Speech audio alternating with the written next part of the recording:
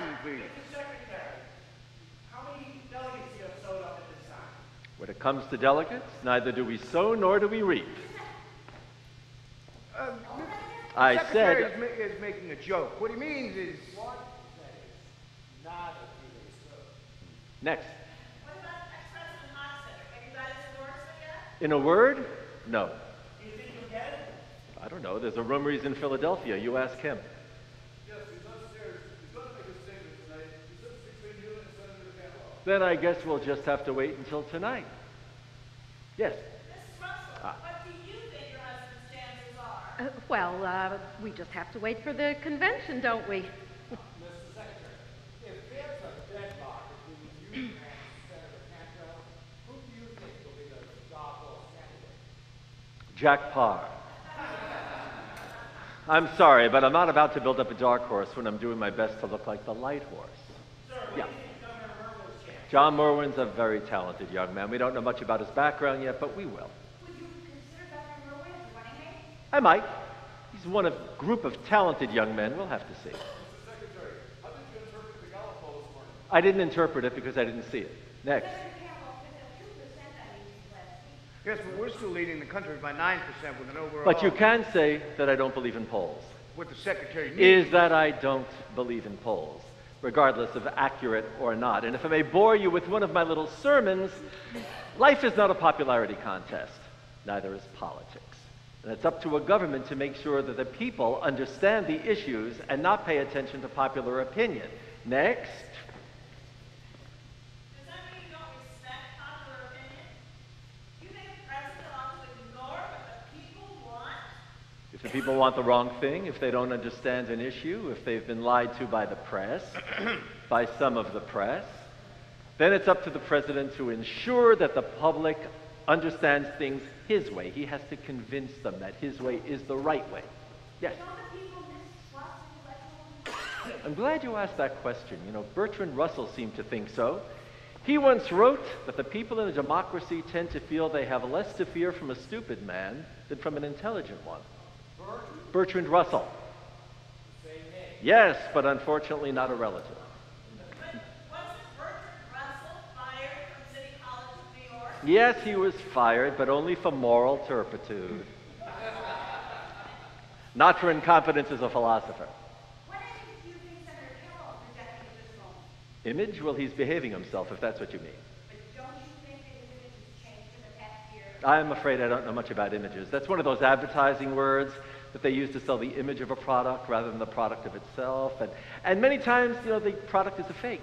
But after all, we're all Is a poor thing, but mine own. Paint me as I am, warts and all. Oliver Cromwell. Okay, all right. We'll have a statement for you in about an hour. Headquarters is through there. The mimeograph machine has been repaired. And wisdom flows by the yard. All right, look, I think that Dick Jensen would like the candidate to stop talking now, but I'll see you all after the delegations. And as Senator Cantwell might say, may the best man win. How do you like Pretty good. Mrs. Russell? I just got here. I used to visit here as a girl. Please, please, can you wait until we unpack? You drink the tap water? I'm not going to incriminate myself and lose all of Pennsylvania by admitting that I boil the local water.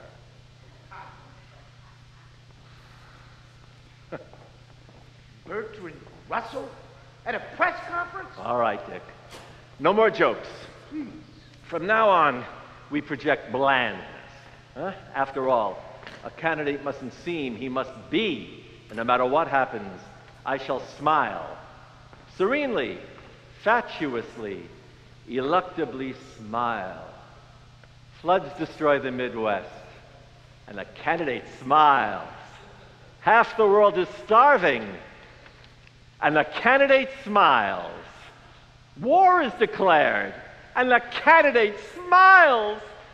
My God, is there nothing as obscene as the human face when it smiles? All these predatory teeth reminding us of our animal descent. Whoa, whoa, whoa, whoa, whoa, whoa. Steady. No mention of Darwin. Evolution is strictly out of bounds. Before the Garden of Eden was the Word. Stop looking in the mirror. Can't help it. I can't pass one without looking in. I don't know what that is. Vanity. No, no, it's not. It's existence. You need constant assurance. I'd better use the bathroom while I've got a chance. Alice, don't drink the water.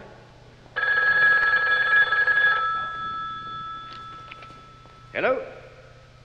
Who? Oh, Mrs. Gamage. Oh, God. How no. nice to hear your voice. Oh, yes, ma'am. Well, he has the Texas delegation in about 20 minutes. If you come up right now... Oh, good. You're in the hotel. Fine. We'll see you then. Our National Committee woman. The only known link between the NAACP and the Ku Klux Klan.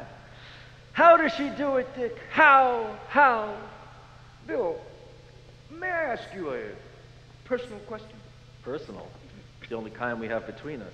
What the hell are you doing when you start that hopscotch thing up and down the floor? As we say at press conferences, I'm glad you asked that question. The ancient Romans used to examine the entrails of animals to help them predict the future. And I have it on the best of authority that my rival, Senator Cantwell, sees an astrologer on Colorama Street in Washington to help him with some guidance. I, lacking all superstition, prefer to look at the future in multiples of threes. Simply put, and we're nothing if not masters of putting things simply, are we? I look for a compatible carpet. This one's perfect. Now watch. If I can complete 3 steps without stepping on a leaf, I get what I want. Conversely, if I take 3 steps, pace, and then I wind up on a leaf, I won't get what I want. And may I add, I never cheat. Occasionally I'll bet with myself, the best 2 out of 3.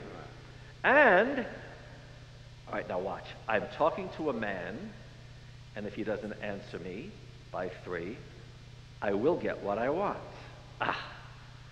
Victory. I trust I answered your question lucidly. Huh? Well, yes, but let's keep it our secret. Mr. Secretary, sorry to interrupt. That's all right, Catherine. Here are your newspapers. Thank you.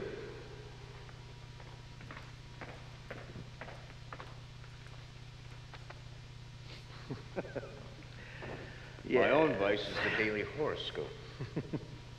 Well, what'd you win? The nomination. And on the first ballot, too. My God, I'm keyed up. I feel like I'm jumping out of my skin. I can't sit still. Well, you won't do much sitting still between now and Wednesday. Here's today's schedule. Now, most of the delegates are going to come to us, see? But it's a very tight schedule starting with Texas at 11:15, and then... Oh, we're so close. We're so close, Dick. What's going to happen?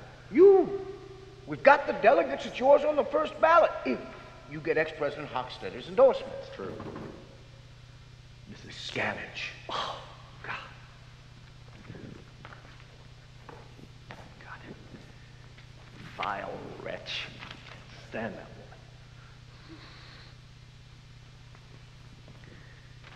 woman. Mrs. Garrett, will you be discussing minutes? Mr. Secretary. Mrs. Gamage, how wonderful to see you come out. Oh, you are in.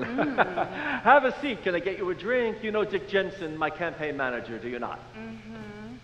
Such a lovely hotel for a convention. I always say the hotel you're at makes all the difference in a convention. Does Mrs. Russell like your suite? Practically a home away from home. She is here with you, isn't she? Yes, she is here. This is the good chair. I'll sit here. Thank you. I must say, Mrs. Gamage, it's very nice to meet you at last. And I'm glad to get a chance to see you, Mr. Jensen. I love eggheads in politics. Oh. What can I get you to drink? I don't drink, Mr. Secretary. A Coke or a glass of soda, maybe, anything. You professors give such a tone to these conventions, Mr. Jensen. No, I mean it. Though, of course, a lot of the women don't like them, but I do, though I didn't like the New Deal. Here's your soda. Great many of the women are suspicious of you professors, Mr. Jensen. Oh, you don't mind my speaking like this. Well, of course not, Mrs. Gamage. Talking with you is like talking with the average American housewife. Not that you're average, but you do speak for it. Very nicely put, Mr. Jensen. I don't know why everyone says he's so conceited. Dick? Suck up? No, he's the spirit of humility. An old shoe, in fact. And as far as being intellectual, he can hardly get through the Greek anthology without crib notes, right? Yes. You see, The women like a regular kind of man, like General Eisenhower. Now, he really appeals to the women, that nice smile. He has such a way with him. Why, you could imagine him washing up after dinner, listening to his wife's view on important matters. Yes, indeed, you can. Nothing pushy or aggressive or all those things we women don't like in our men. He's just grand.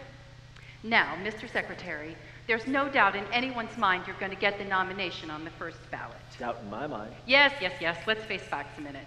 You don't mind if I talk turkey? No, by all means, turkey. You're not the ideal candidate for the women. You know that, I suppose. No, what women are you referring to? The women don't like your trying to be funny all the time. Wasn't Abraham Lincoln something of a humorist? The women were not voting in 1860. Good point. But they are very suspicious of a man who doesn't take things seriously, so just don't try to be smart aleck and talk over their heads. I hope you don't mind my speaking like this, but there isn't much time. No, I welcome your candor. Well, we want to see more of your wife. She was a sick lot during the more. primaries, And your you two know. fine sons. They're very attractive, and that was a nice spread on them in life at the barbecue. Very, very nice. We'll want more of that. A lot more. But, most important, Mr. Secretary, your wife must be at your side at all times. She must seem to be advising you. The women must feel that there is a woman behind you, as there has been a woman behind every great man since the world began.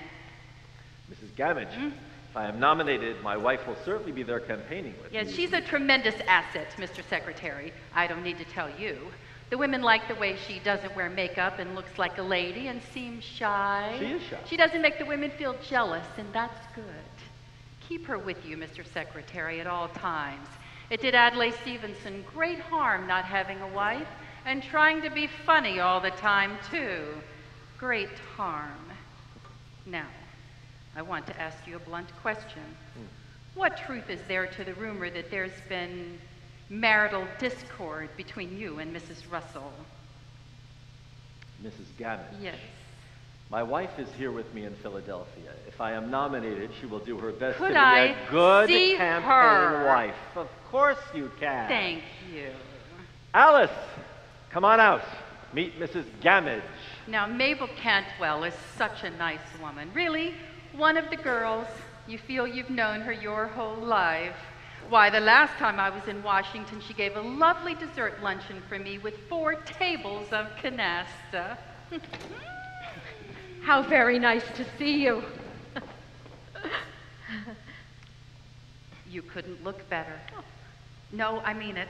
I like the whole thing, especially the naturally gray hair. That is such an important point with the women. Of course, Mabel Cantwell dyes her hair, but she gets away with it because she does such a bad job. The women all feel sorry for her. Oh, I know you have a million things to do, Mr. Secretary. I just want you to know that I'm for you, and I know that you and Mrs. Russell make a winning team. Now, when you're First Lady, don't do too much like Mrs. Roosevelt. The women didn't like that. On the other hand, don't do too little like Mrs. Eisenhower. The women didn't like that either. I'd say, on the whole, Bess Truman was really the best, bless her heart. Oh, my husband had such a crush on her. Oh, and how is Mr. Gamage? Mr. Gamage passed on in 1956. He was stricken during the New Hampshire primaries. I'm sorry, I didn't know that. I'm sorry, too. He was a fine man, though he didn't like politics. He suffered his terminal thrombosis while I was in Wisconsin that same year.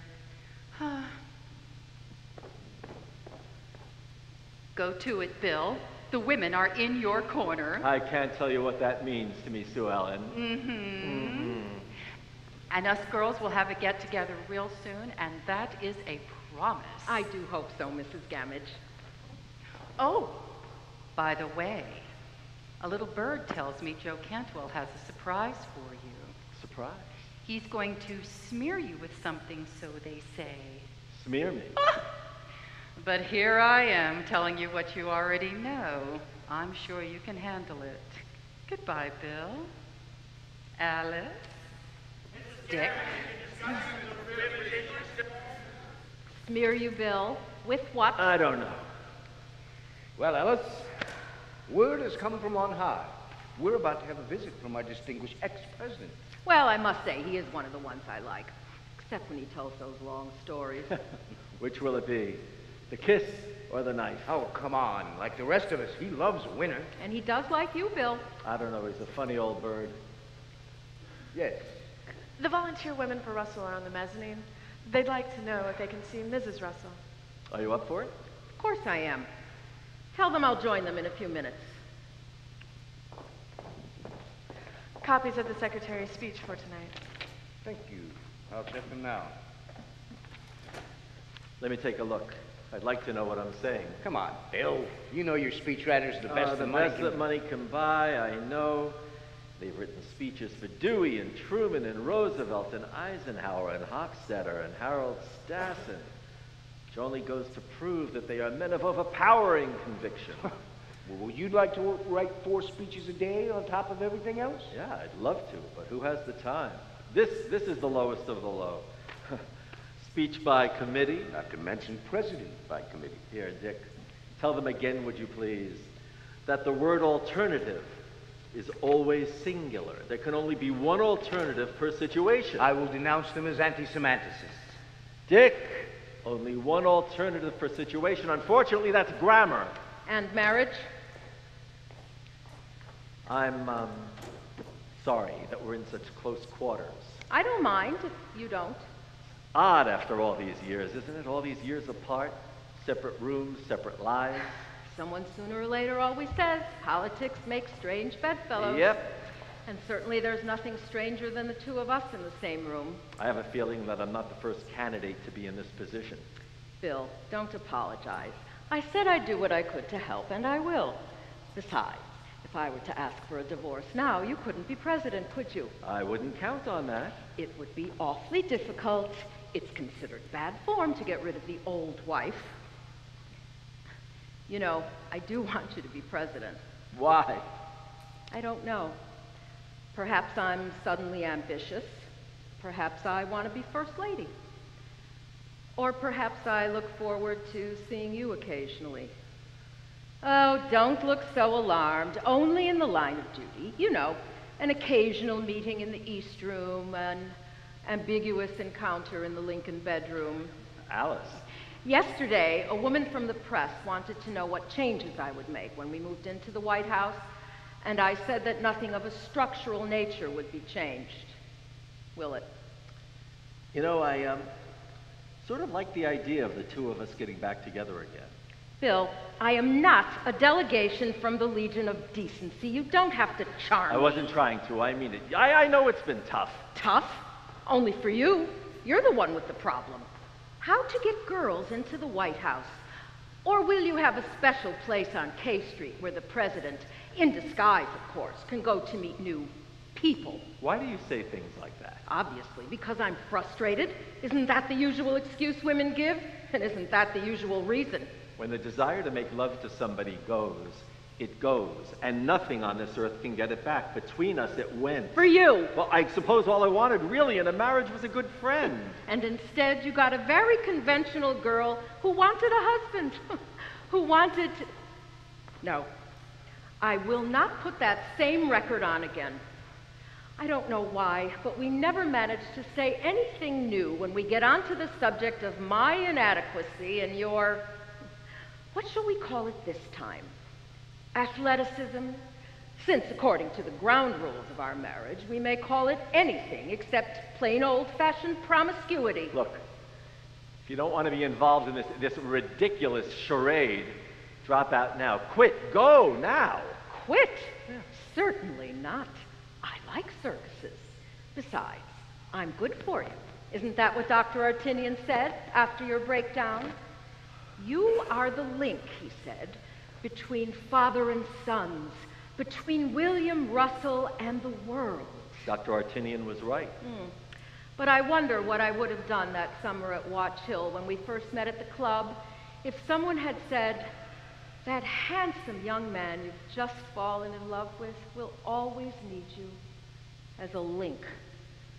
I think if I had known then what I know now, I would have slashed my wrists in front of the buffet table and beautifully bled to death between the chicken salad and the lobster Newburg. Of course, you're not given to melodrama, huh? Not yet, anyway. But you are very nearly a great man, and I suppose I can endure anything because of that. But even so, I must insist on my one condition. There is going to be no house on K Street and no girls in the White House. That is the treaty of Suite 674, agreed to this 31st day of July, 1960, in the city of Philadelphia. Agreed. Thank you. So here we are. Somewhat past our youth, still friends. Be nice if we were, wouldn't it? What happens to the treaty if I lose? We go back to the way things were, which is what you want. Do I look all right for the Volunteer Women for Russell? You do? I ought to. I'm a founding member of that considerable body. Hi, honey. Mr. President! Well, you're looking mighty purty, Miss Alice, as usual. Mr. President. Oh, plain old Art Hochstetter to you. How did you get in here? Through the privy. There's a door into the bedroom next to it, and then I just snuck on through. Well, you're looking wonderful after your operation. Ought to. Just a little hernia from bouncing my grandson too hard. Art, what can I get you to drink? No, don't tell me. Bourbon and branch water, right?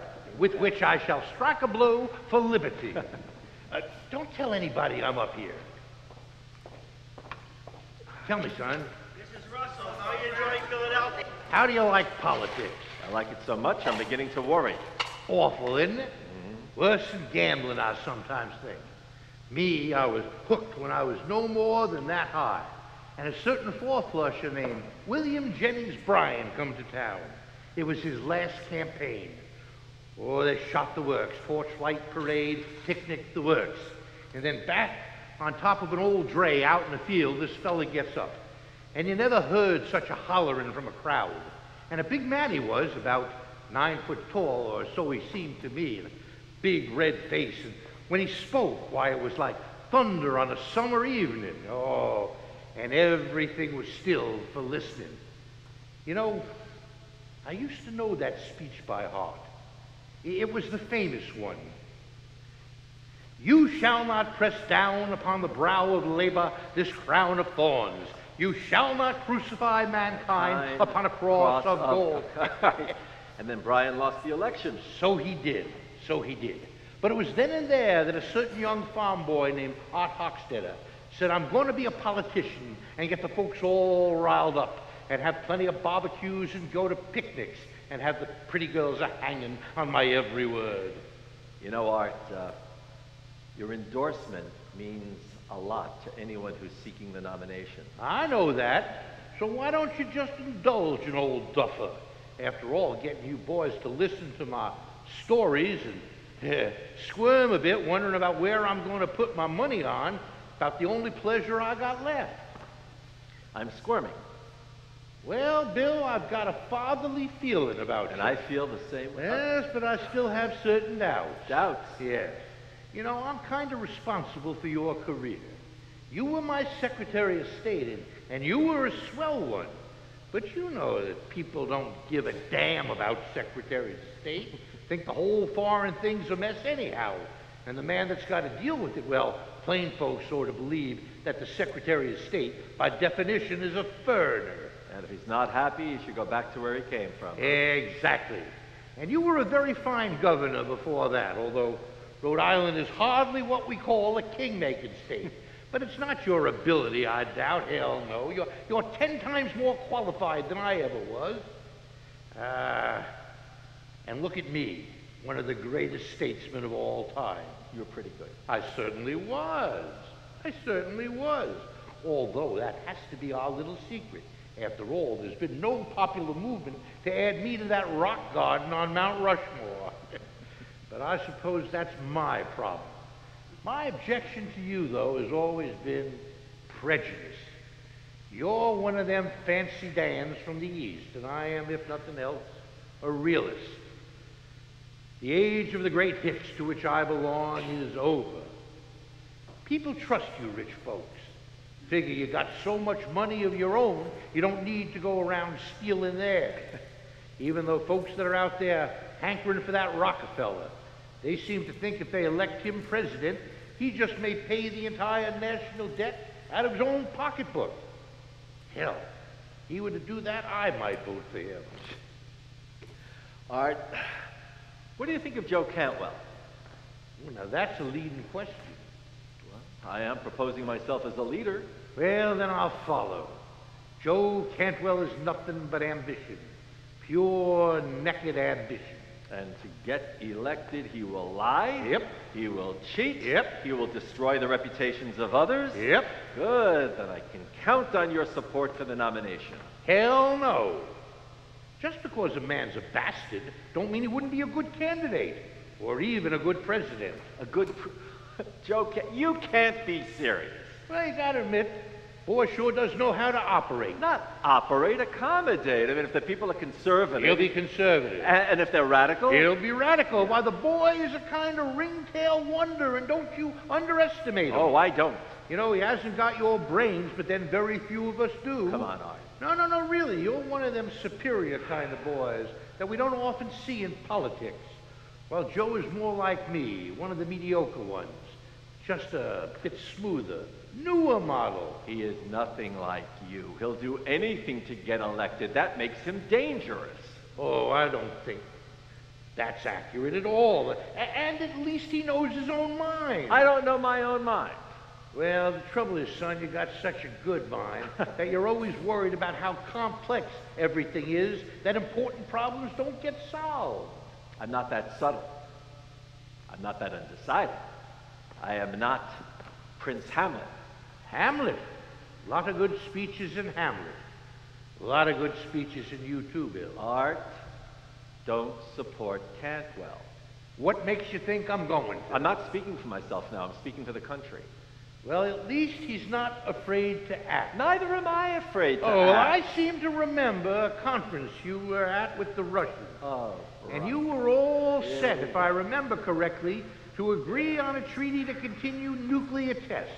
And then the roof fell in on my administration, and the next thing I looked up and I found out you'd crossed over to the other side. I only hesitated because... I'll say you hesitated. You won't catch Joe Cantwell hesitating. No, sir. He's smart. He's tough. Not tough, he's expedient. It's a totally different thing, and I can promise you, if he became president, he would be the greatest appeaser in our history. I would hardly call Joe Cantwell an appeaser. Oh, look, all right.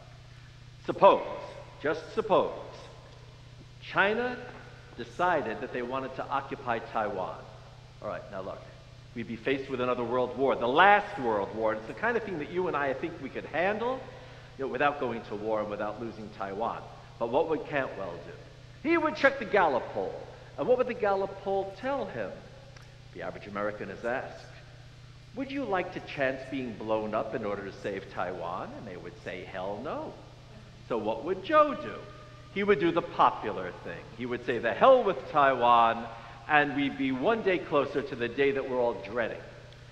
Son, I think you're reading a little bit too much of that Joe Alsop fella.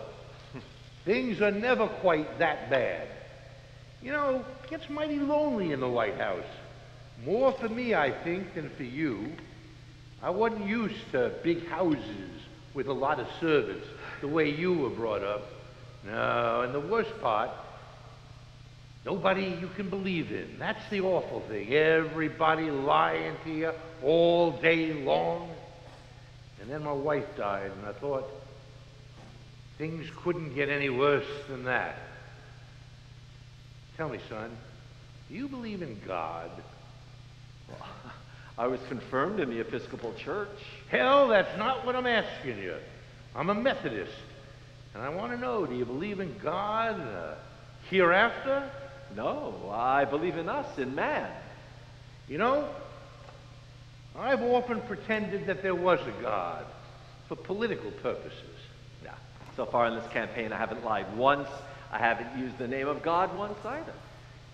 Shows you how things have changed since I was out politicking. In those days, you had to pour God on everything, like it was ketchup. No, I don't think there's a hereafter. I think we go this way but once, and then nothing. Bill, I'm dying. What? Yeah, the stuff about that hernia operation, that was just another lie. I hope you don't disapprove. Art. Then I asked the doctors to say that the operation had been a success, but it wasn't. I got cancer of the innards, and they tell me that if I'm lucky, I just might make it to the next inaugural. Is there anything I can do? Is there anything I can say? The doctors, they give me these pills for pain, but they don't help much. Tell you the truth, son, I'm scared to death. Now, that's a phrase for you. Scared to death. Because that's exactly what I am. I tell you, son, I don't much fancy being nothing but a pinch of dust. I don't much fancy that at all. Wish I could say something to comfort you, but you wouldn't fall for it anyway. Nah, but the only good thing in the whole thing is that you sons of bitches are going to join me sooner rather than later. I suppose there ought to be some consolation in that, I reckon. But you know, if this universe of ours makes any sense at all, it sure as hell evades me. This is a tragedy for all concerned. I mean, there has to be some kind of hope. I mean, for every act, you set off a chain reaction. If somebody is basically good, there has to be some kind of hope for immortality. I hope you tell yourself that when you've got nothing but a whole lot of nothing up ahead. But as for now, I am alive. And we go into the convention the day after tomorrow and act like life is all there is. Texas. Which, come to think of it, is exactly true. Hello, Mr. Bill, don't say anything to anybody about what I said to you. Now, I'm afraid I'm going to have to keep you boys in suspense till tonight at dinner. And then what? Then I shall throw my support to the lucky man like a bridal bouquet. Bill, there are these rumors about you and a lot of women. I don't think they're going to do you any harm, but just don't get yourself in any trouble. You haven't written any letters like some folks do. No letters. Good. Nice girl, Miss Alice. I like her. And you say that you've never told a lie at all in this campaign. All right. My upper plate is pinching a bit. Dentist told me it might take about 3 months to make a new one, so I told him I'd try and make do with what I got. All right, come on. No. You go in there and talk to Texas. I would like to be a fly on the wall when you go in there and tell those fellas what you really think about the depletion of oil resources allowance. Come on. Get out of here, you old bum. Now, is that a respectful way to talk to the end of an era? The last of the great Hicks as he shuffles off the stage through the privy?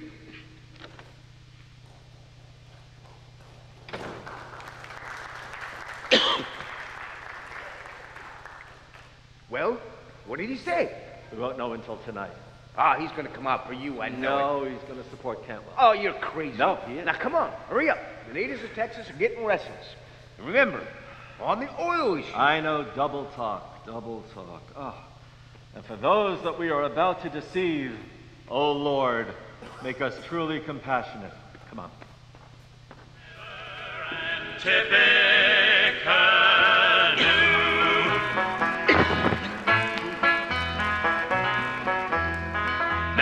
Whigs at the coming election will carry our candidates through. They've made the judicious selection of Tyler and Tippecanoe. They say that he lives in a cabin and that he drinks hard cider too. Well, what a beat. This is Walter Cronkite with the news from Philadelphia. Today, from all across the country, delegates and candidates, party officials, campaign workers, pundits, and politicians have descended on this city for the start of the convention. The front runners, Secretary William Russell and Mrs. Russell, flew in this afternoon from their home in Rhode Island. This morning, Mr. Russell's challenger, Senator Joseph Cantwell, and Mrs. Cantwell arrived. There they are, getting off the train at 30th Street Station. Later, Senator Cantwell rallied his supporters at a press conference held at his hotel. Now, don't get me wrong, I have a lot of respect for Bill Russell, but I don't think he's got the people's touch. I think we need a real man of the people for president. Someone like Art Hochstetter, who's been an idol of mine my whole life. Senator, what about tax reform? I favor tax reform. I think by cutting down government spending, we can eventually eliminate the income tax entirely. So you feel we can increase military spending while eliminating the income tax? And I think it's a pretty swell thing that in a country like this, someone like me from a poor family can come before you speaking for the real people of America. All I can say is that come Wednesday, I only hope that the best man wins. May the best man win. What about Taiwan and China? That went well, Joe. Better rest before dinner. About Hochstetter. What did he say when you saw him? What exactly did he say? He said he hadn't made up his mind, but he would by tonight. Mabel, honey, come on out. It's just Don Blades and me. Hey, what's going on with you? Why aren't you dressed yet? We've got dinner in like 30 minutes. Oh, don't worry, honey. I'll be ready. Make yourself a drink, Don. Can I get you anything, Mabel? Oh, no, I don't think... Well, maybe just the teeniest martini to settle my stomach. Oh, Joe, you look so tired. I never felt better. Well, I finally got through that women's tea. I've been sitting here watching TV. We got awful nice coverage, Joe. Though I must say that new hat of mine, clearly a mistake. Well, even with that hat, it makes me look like I have no chin. But I certainly look better than that Alice Russell. My God, she is a chilly-looking woman. Reminds me of this teacher I had back at State College. From Boston, she was. Never wore any makeup, always wore her hair pulled back in a bun, and thought she was the cat's meow. Here you go, Mabel. Thank you, Don. Hey, Don, that joke of yours looks pretty good. Oh, which one was that? At his press conference yesterday, Senator Cantwell quipped, Bill Russell has more solutions than there are problems. All the papers are saying that Hochstetter is going to be coming out for Russell. Heaven knows why, with your record in the Senate. I am tired. Let's speak to Hochstetter before this dinner. What are you going to tell him? Everything. He might not come out for me tonight, but he's definitely going to drop Bill Russell. You're the boss. Well, go on. He's on the 7th floor. And tell him I need to see him before this dinner, which is definitely in 27 minutes. Aye, come Captain. on, please. Let's get ready. Let's go. Okay, I'll be ready, Joe. Don't you worry. Don't get all head up. Why is Papa Bear being so mean to Mama Bear? I'm sorry, baby. Papa Bear's never mean to Mama Bear. Never, ever. But, sweetheart, you gotta get dressed. Let's go. Come on. I will. Joe, when are you going to come out with all that stuff, on Russell? Tomorrow. The whole thing. Pow! And then we're on our way to 1600 Pennsylvania Avenue.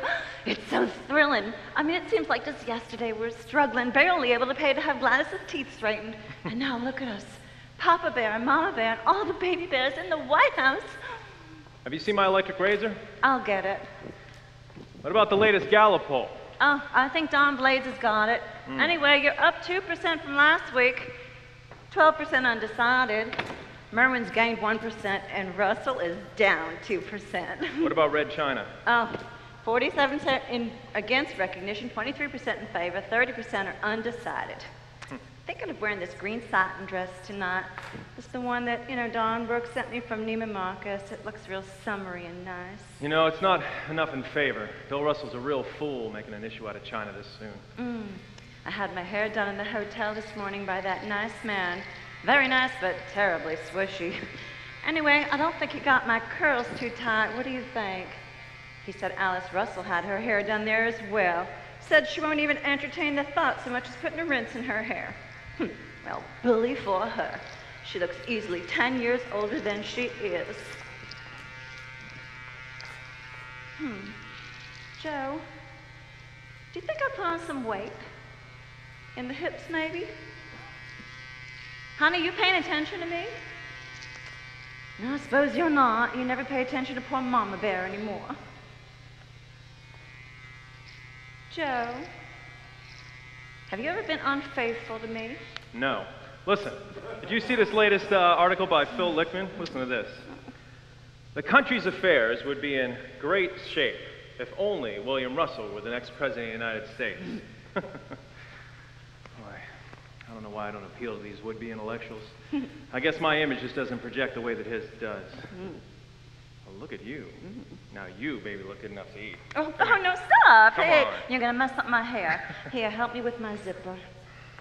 All right. Joe, you sure you've never been unfaithful to me? Maybe one little time? Like at one of those awful junkets? Like that one in Paris where all the senators got drunk? Clarence Wetlaw contracted one of those social diseases, and Helen Wetlaw, she was fit to be tied. Baby, there's only you, and you know it. Besides, even if I had the time, I don't have the time. I run a tight schedule, and you know that. Come on. Joe, I spoke to Hochstetter. Well? Oh, he'll be right down. And? Not a clue. Get that file on Russell. Baby, fix your face or something. The President of the United States is coming. All right. Joe, you be cool now, like the kids say. I will. Now, this ought to do the trick.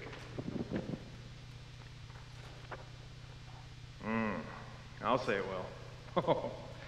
Yeah, this is pretty cute. How about that New York delegation? What's up with that? Still split right down the middle. Well, they won't be after this. Are you ready? Hey, remember to flatter them. Mr. President! Mr. President! Hello, Blades. Hi, Mr. President. How are you? Hiya, Joe. This ought to start some rumors going. Oh, I'm sorry, sir. We should have made sure you came through the back way. No, it's about time anyway. I got my speech right here. I put my teeth in, and I'm raring to go. But what about you? Where's your potty suit? Now, listen, I've got it all timed. It takes me exactly 3 minutes to get into one of these, and 2 minutes into a regular business suit. That includes the vest. Well, ain't you a ringtail wonder? Hey, you don't mind if I go strike myself a blow for liberty, do No, you? not at all. Don, come on, help him out. No. I know that Joe ain't got the habit. No, don't worry about that at all. You know something, son? You don't realize how thirsty we old bucks get down around sundown when we need a little bit of a drink. No, sir. After all, you don't drink. You don't smoke. You don't philander. You are about the purest young man I think I have ever met in my life, or in public life. Well, sir, I try to be. I mean, Well, I am a great admirer of virtue, although I am a somewhat flawed vessel of grace myself. Mr. President, you're an ideal to us in the party. Well, thank you, son. And I want to tell you, Joe, you've done some remarkable work in the Senate, most of the time. Most of the time. Yes. There are times that I have questioned some of your methods. Well, you've got to fight fire with fire, Mr. President. Oh, the means justify the ends. Yes, I believe that. Well, let me tell you, son, in politics and in life, and let me tell you, they are exactly the same thing. There are no ends, there are only means. Well, I certainly hate to disagree with you, sir, but, well, that's just sophistry. You see. No, please. None of them two-bit words for poor old Art Hochstetter. I'm an ignorant country boy. No. What I'm trying to tell you is that in our profession, the only things that matter, the only things that count, are the things that you do, what you really feel about people, what you try and do for them, not some idealized goal for society or even for yourself. So am I to assume by the statement that you just made, Mr. President, that you are against planning anything? Oh, I know that tone. Senator Joe Cantwell, boy crusader, on the television with the minions of organized crime cringing before your righteousness. Now, Mr. President, Joe was assigned that subcommittee. He did not ask for it, and that's a fact. Sure. And that big issue just fell into his lap. How the United States is secretly controlled by the mafia. Well, it happened to be true at the time. Anytime you'd like to see my files, No, Mr. please, President. don't show me your files. Last person tried to do that was Senator Joe McCarthy. I certainly hope you're not trying to compare me to him. No, certainly not. You're a much smoother article. After all, you've got an end to which you'd like to justify your means, getting elected president. Whereas poor old McCarthy, well, he just wallowed in the headlines, sufficient to the day were the headlines thereof. No, you're much brighter than he was, much more ruthless. Well, I understand that some people may have a problem with my methods, particularly criminals. Mr. President, if we had not been tough, we would never have cracked the mafia the way we did. What's so funny about that? Oh, nothing, Joe. Only you know and I know, and everybody knows except maybe your television audience, that there never was a mafia like you said. It didn't exist. You just cooked it up. So we're gonna get that number, huh? Oh, please. You went after a bunch of Sicilian bandits from the Lower East Side of New York, and you said they were running the organized crime all over America. Well, you knew that they weren't, and you had a pretty good idea who was, but you didn't go after them. No, and why not? Because those are the fellas that give big money to political campaigns. Maybe Joe didn't go after all of them, sir. He barely scratched the surface. Oh, and you should talk. J. Edgar Hoover says that you're the most morally lax president of his entire career.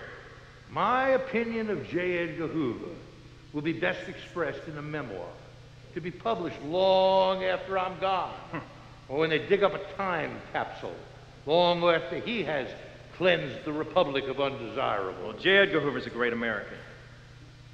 Sure, Joe. We're all great Americans. You know, it's not your headline grabbing or your crying wolf that I object to. No, I don't object to that at all. That's pretty normal for politics. But what I do object to is the fact that you take yourself so damn seriously. It's par for the course in our profession to try and fool the people, but it's downright dangerous when you start to fool yourself. Mr. President, I take myself seriously because I'm damn serious. You see, this is important to me. It's important to all of us. So I'm not going to stand here and listen to some silly lecture from a guy like you as to how to be a statesman. And if you really want to know what my opinion is of your administration, I think it's the heaviest load our party has to carry. Mr. President, what a lovely surprise you dropping in on us like this. Well, this young man of yours invited me down here for a little conference. And here he is just filling my head with sweet nothings. Well, I suppose Joe thinks you're perhaps one of the most important people there are in public life. Honey, please, leave us alone. Don. All right, but Joe, you need to be getting dressed soon now, okay? Okay. You certainly look fine, Mr. President, after your little vacation in a hospital. Fit as a fiddle. I never felt better.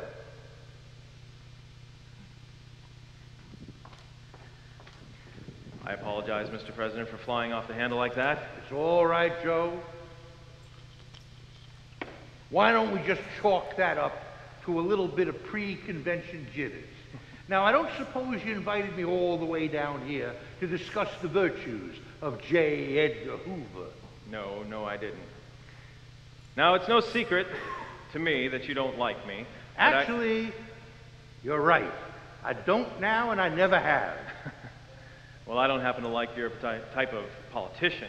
And I know you're not going to come out for me tonight, so... Let me warn you, young man, that I've often endorsed candidates that I dislike, even mistrusted, if I thought they could do the job.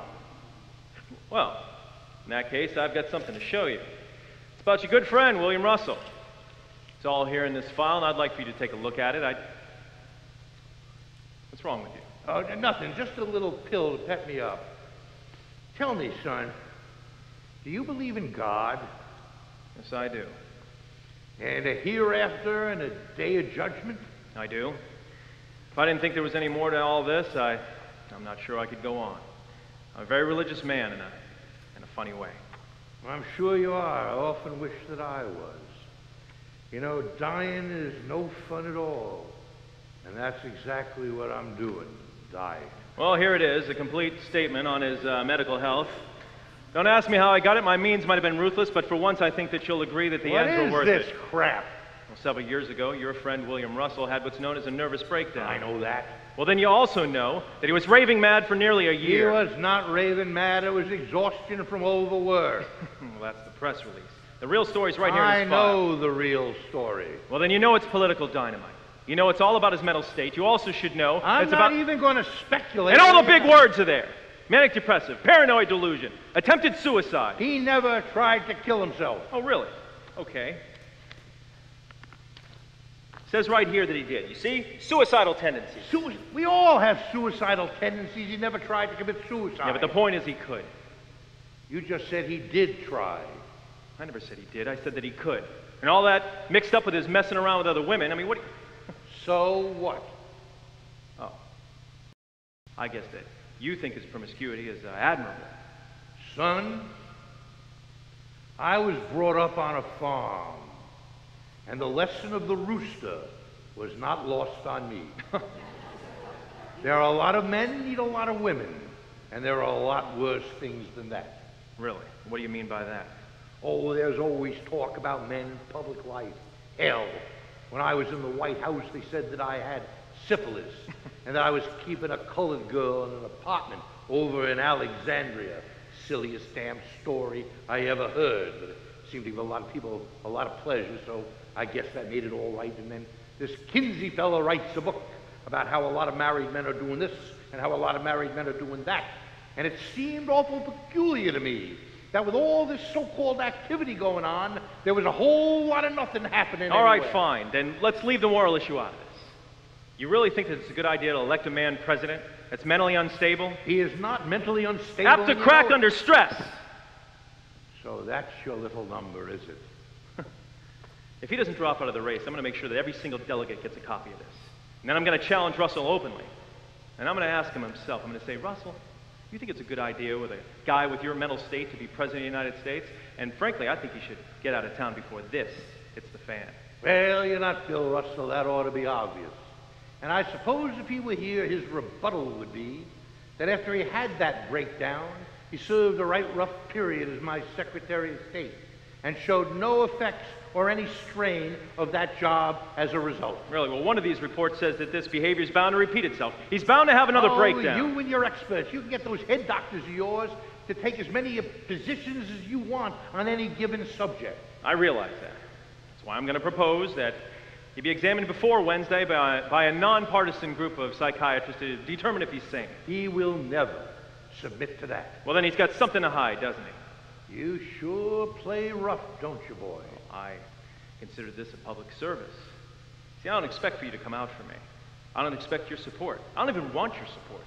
But I do want you to think twice before you decide to endorse a man who's a known psychopath. You got it all figured out, don't you? All you got to do is suggest that a man's not right in his head, and that ought to knock him off. And when do you plan to throw this at him? Tomorrow. Oh, that's right, clever. Not giving him any time to go before the convention and clear his name. Right smart of you. Well, of course we'll have to find some way for him to bow out gracefully. I figure he can say, stress from the rigor of campaign, something like that. And what if he doesn't bow out gracefully? Then I'm going to circulate this, and I'm going to demand that he's examined by psychiatrists. Well, you know, don't you, son, that this is now going to subject you to the same kind of scrutiny. I have absolutely nothing to hide in my public or private life. Are you sure about that, Joe? Just try me, Hochstetter. Well, then you and I, we're going to have a fight. It's going to be a real ugly fight. But I'm going to put you down. And when I'm finished with you, you're going to know what it was like to be in a ring with an old-time killer. And then I'm going to take that scalp of yours and hang it right here on my belt with a whole lot of others. Don't mess with me. You can't touch me, Cantwell, but I can send you back to the insurance business. And to think I was going to endorse you for president. I don't believe you. You know, Joe, it's not that you're a bastard that I object to. I don't object to that at all. It's just that you're such a stupid bastard that makes you insufferable. Mr. President, who are you going to support?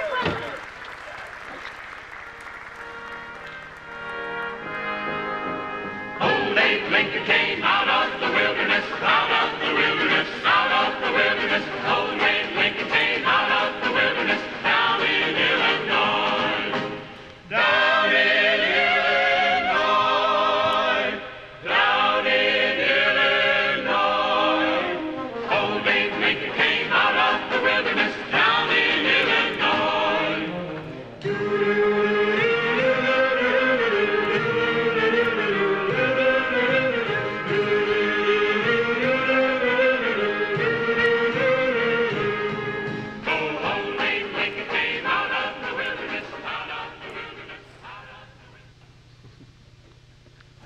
Thank you very much. We'll see you tomorrow on the convention floor. Bill, you'll have our nomination on the first ballot, and that's a promise. Well, if nominated, I will run, and if elected, I will serve. Thank you. We'll see you soon. Thanks Thank again. You have a nice evening. Bye-bye now. Thank you. Well, what'd you think? Well, so far so good. No one's mentioned the mental health thing yet. So what'd you fellas think of Hochstetter's speech last night? Senator Carlin, I thought you'd left. Nope. Just stayed to fix myself a snort, if you don't mind. Now, about Hochstetter's speech. Well, I was as surprised as anybody. Thought he was going to endorse you? We certainly did. And then the old man just got up and talked plain double talk, huh? Well, at least he didn't endorse Cantwell. Nope. He didn't endorse nobody. For a minute there, I thought he was going to come out with John Merwin just to be honored. So I hear you with the old man last night. Mm-hmm. What's he up to? My boys think a lot of old Art, and they're going to go along with him. We were having, a council of war, I guess you'd call it. They say Joe's got something on you. Something pretty bad. Something untrue. I'm not particularly worried about it. Actually, I'm more concerned with the labor plank in the platform. Oh, Christ, Bill, lay off labor, will you? You got their vote now, so just leave it alone, okay? God. You know, you were the liberal candidate. What is a liberal, Senator? Geez, and I thought Adlai Stevenson was a pain in my neck. A liberal is, well, you, Bill Russell. You're a liberal. That's what a liberal is. You. Hang on.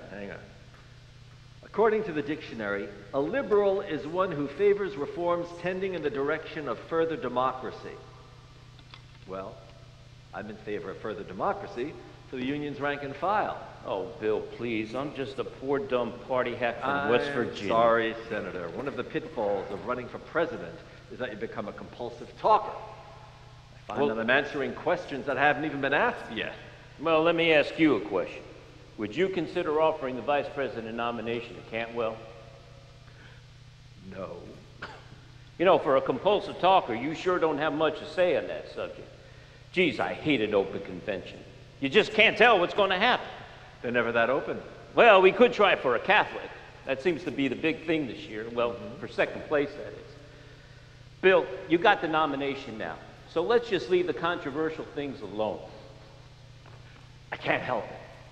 It's like I've got this demon inside of me, this imp of the perverse that compels me to say exactly what's on my mind. Okay. But try to lay off stuff like Red China. Especially when you know that Henry Luce is an absolute nut on China. And you don't want to lose time in life when they're already behind you in the interest of good government and all that baloney. So let's keep Henry Luce happy.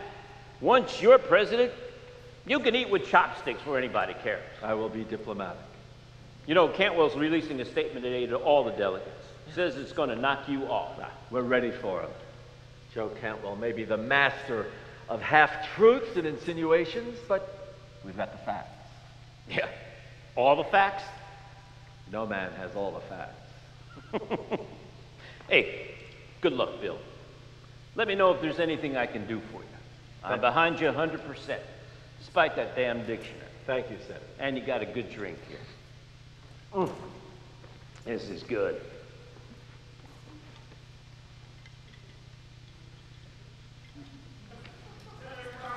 Dick, where's Dr. Artinian? He's on his way from the airport. What about Hochstetter? He's talking to delegates. Bill, I finally got a line on Cantwell.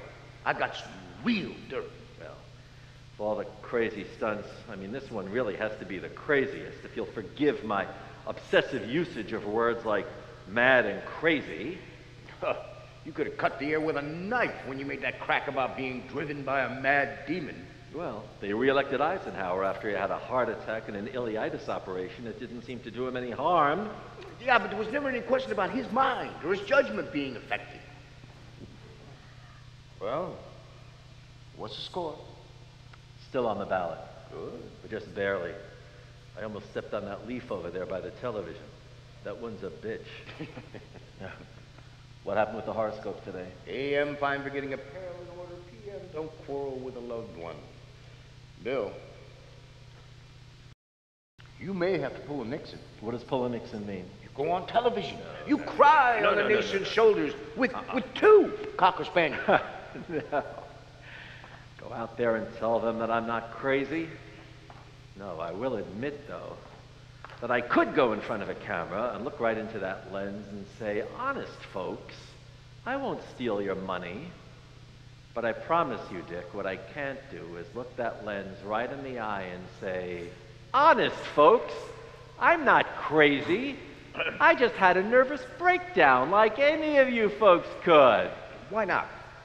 Because it wouldn't work. That's why. Besides, even if it did, I couldn't do it. I might laugh. It's too idiotic. Mrs. Russell, have you thought about becoming an express lady? Alice, how'd it go? I made a speech. Well, at least I tried to read the one that Dick gave me. And then about halfway through, I gave up and made up my own speech. And you know what? It was terrible. What's happened? Dr. Artinian's on his way to Philadelphia. He's going to tell the press that I'm not now, nor have I ever been, insane. It gets worse and worse, doesn't it? Yes, it does. Well, I've got to get back to work. Here. We have Florida in 20 minutes, and then one more go at California. Send Dr. Artinian when he gets here, huh? Thanks. Does this mean they could publish everything about us? Our marriage and everything? Yes. Will they? I don't know. I think they're just trying to bully me now. They're just trying to frighten me. Well, it frightens me. Oh, I should hate to think of the children reading all that about us. It's filthy. It's just filthy. You want me to quit? No. How very odd. What? Do you realize this is the first time you've touched me when there hasn't been a camera or someone in the room? Okay, here's your schedule. The next appointment, I forgot it's now. I haven't forgotten. Mabel Cantwell and I meet the press together. Can I get out of it? I wouldn't. All right, then I'll get ready. We're meeting in her suite. She made the point very tactfully over the phone that according to protocol, the wife of a reigning senator outranks the wife of a former Secretary of State. Well, bless my soul.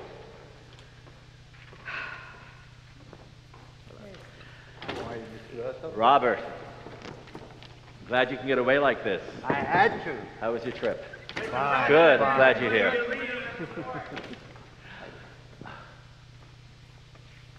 Are you Bill's head doctor? Dr. Artinian, President Hochstetter. That's right. And I'm a great admirer of yours, Mr. President. Well, I'm not an admirer of yours. Why can't you keep your damn files where nobody can get at them? We do. At least we thought we did. But apparently somebody from Cantwell's office bribed one of our nurses. They've got the entire file. Look, Robert, in an hour, Cantwell's going to release that file on me. All right? This is what I want you to do. I know it sounds silly, but when he does, I want you to meet the press. And I want you to tell them that I am not now, nor have I ever been mentally unstable. Of course I will. You can't imagine how guilty I feel about this. He is all right, isn't he, Doc? One of the sanest men I ever have known. Then what is this about manic mania and suicidal tendencies and the rest of that silly stuff? Just a technical term that sounds sinister to the ordinary layman. He's not a manic depressive. Anyone's psychological profile could be made to sound damaging. Down south, the sheriff was reelected when he claimed that his opponent's wife was once a thespian. We'll get a room for you here at the hotel, Doctor, and I'll find someone to help you with your statement. Thank you. I also brought the Institute's lawyer with me. Good boy. And in order to make amends, Bill, we intend to file suit against Cantwell for theft. Attaboy, Doc, that's the way to go. Can't thank you enough. Thank you, Robert. I'll be ready when you want me. Thank you. Bill, I'd Wait. like to talk to you myself for about a minute. Sure. What's up? What's this I hear about you not going on television? I can't. Then how are you going to respond to what he's saying about you? Dr. Artinian says that I can't... Dr. Artinian? Why, that's only one doctor. And they're going to say that he's your friend? Yeah. And by this time tomorrow, Joe Cantwell is going to be screaming for you to be examined by every doctor that is round this town in Philadelphia. Bill, I gotta tell you, I feel great. I was out last night after that dinner, meeting with delegations, talking to people, just going on and doing what I gotta do. I have to tell you, there is nothing like a low-down, dirty political fight to put the roses back in your cheek. How do you feel? Immortal. Now, the delegates know that something is up. They just don't know what it is. Art, why didn't you endorse me last night? Ooh. Well, Bill, it's kind of awkward. But you see, I come to Philadelphia to endorse Joe Cantwell. I knew that. You did? Yeah. How? Prince Hamlet has second sight. He can see motives and ghosts along the battlements. Well, I guess I ain't as sly as I thought I was. Decide to do this for me now because of what Joe's pulling with the nervous breakdown stuff? Nah. You know, as a professional politician, I sort of admire what he's doing. It's right clever. No. Joe lost me because he wasn't smart. He made a mistake. He thought I was going to endorse you, and I wasn't. You got my message. Joe didn't. That was a serious error. Show that he don't understand character. And a president, if he's got to understand anything, got to understand people. Then he got flustered when I give him the needle. And a president can't get flustered when a man gives him a needle. He's got to stand there and take it with a straight face, like you're doing right now, like in a poker game. What does Joe do? Joe don't get scared, he gets terrified. Pulls out a cannon to kill a bug. That's just plain dumb, and I mean to stop him. Which I guess means that you're going to be our next president. President? By default. Because I know you still have your doubts about it. Hell yes, I do have my doubts. I need a strong president. An immoral president? Do they come in any other size? Come on, Art. You know that's not true. Gentlemen, this is Sheldon Marcus. Who the hell is Sheldon Marcus? Oh, excuse me, sir. That's all right. I never thought I'd meet a president before. My hands sweat. I'm nervous, I guess. You see, I just came in from Wilmington, where I live. Actually, outside Wilmington's where I live, in a suburb you never heard of called... Dick, what's this all about? Hi. Bill Russell. Whoa. Mr. Marcus was in the Army with Joe Cantwell. In the Army? Now I'm beginning to get the drift. Tell me, Mr. Marcus, what was it? What, was he communist? Was he a member of the Ku Klux Klan? Did he run when the guns began to go off? Well, sir, Mr. President, sir, we weren't anywhere around where there were guns. No, they were both stationed in the Aleutians, on the island of Adak, in the Quartermaster Corps. We were there for a year. Maybe more like 16, 17 months for Joe. I was there like 18 months. He got there February 43. And I got there... Dick, what are you trying to prove? Bill, let's hear what the dirt is.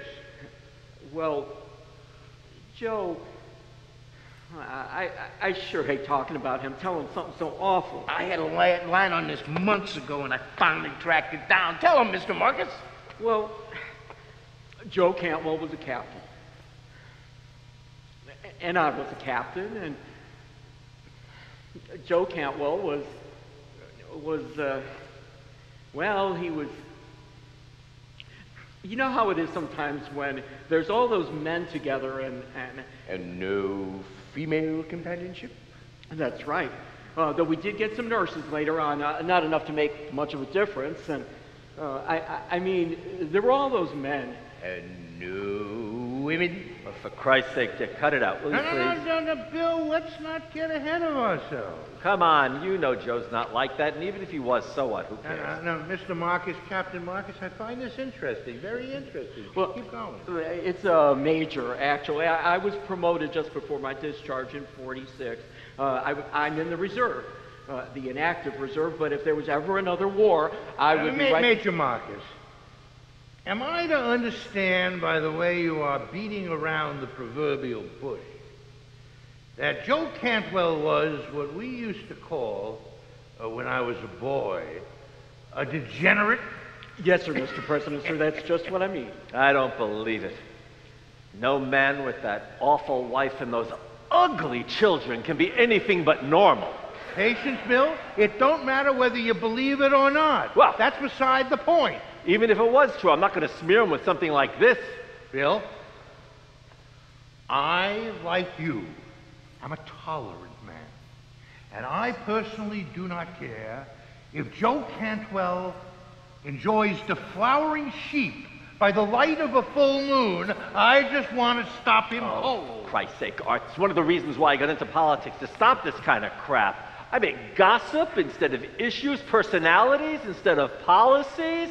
We've got enough on Cantwell's public life to win without going into his private life, which is nobody's business. Any more than yours? Any more than mine. But he is going into your private All life. the more reason not to go into his. I am not nobody's Cantwell. going into anybody's Look, yet. Art, you are not my campaign manager. I am running for president. You're not. And it's for you, Dick. Will you at least listen No. to the man? You know, maybe, just maybe, I'm back in the wrong team. Well, perhaps you are. Perhaps you'd be a lot happier working with Cantwell, throwing his shit. All right. I'm sorry. I didn't mean that. It's all right. Notice how I'm keeping a straight face while I am being insulted. Art, I only meant... No. Bill, look.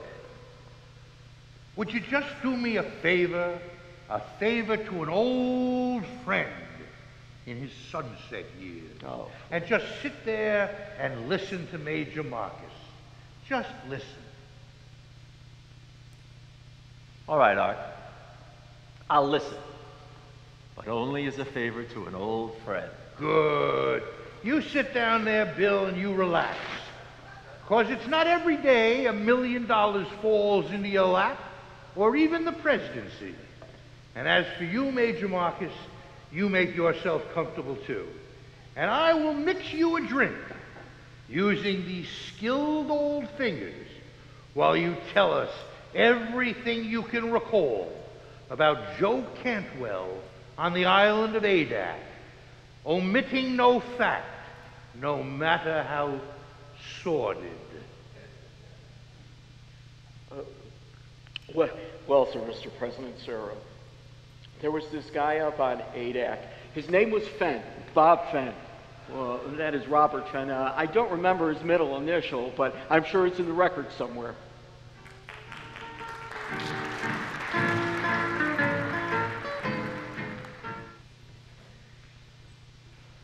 Ladies, how are you enjoying Philadelphia? Okay, folks, come on, that's enough. Our girls have a lot to do. Let's go. Mrs. Russell, where are your boys now? They're, one's in Watch Hill, and the other one is traveling. He's in Europe. I wish now we had them here for the experience. Oh, I blinked my eyes. Of course, Joe and I were going to bring our girls to Philadelphia, but then we thought, no, this sort of thing is just too hectic for children. Mrs. Russell, how's Mr. Russell today? He's just fine. But there's a rumor going around that he's not in the very best of health.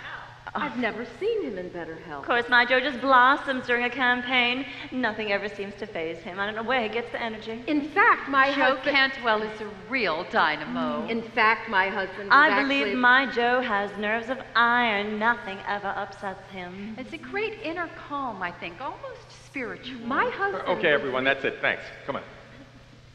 What do you think is going to happen tomorrow? Do you think Mr. Russell will get it on the first ballot? I certainly hope so. Well, as for me, I just hope the best man wins. I mean, for the country and everything. Amen to that. Good day, ladies.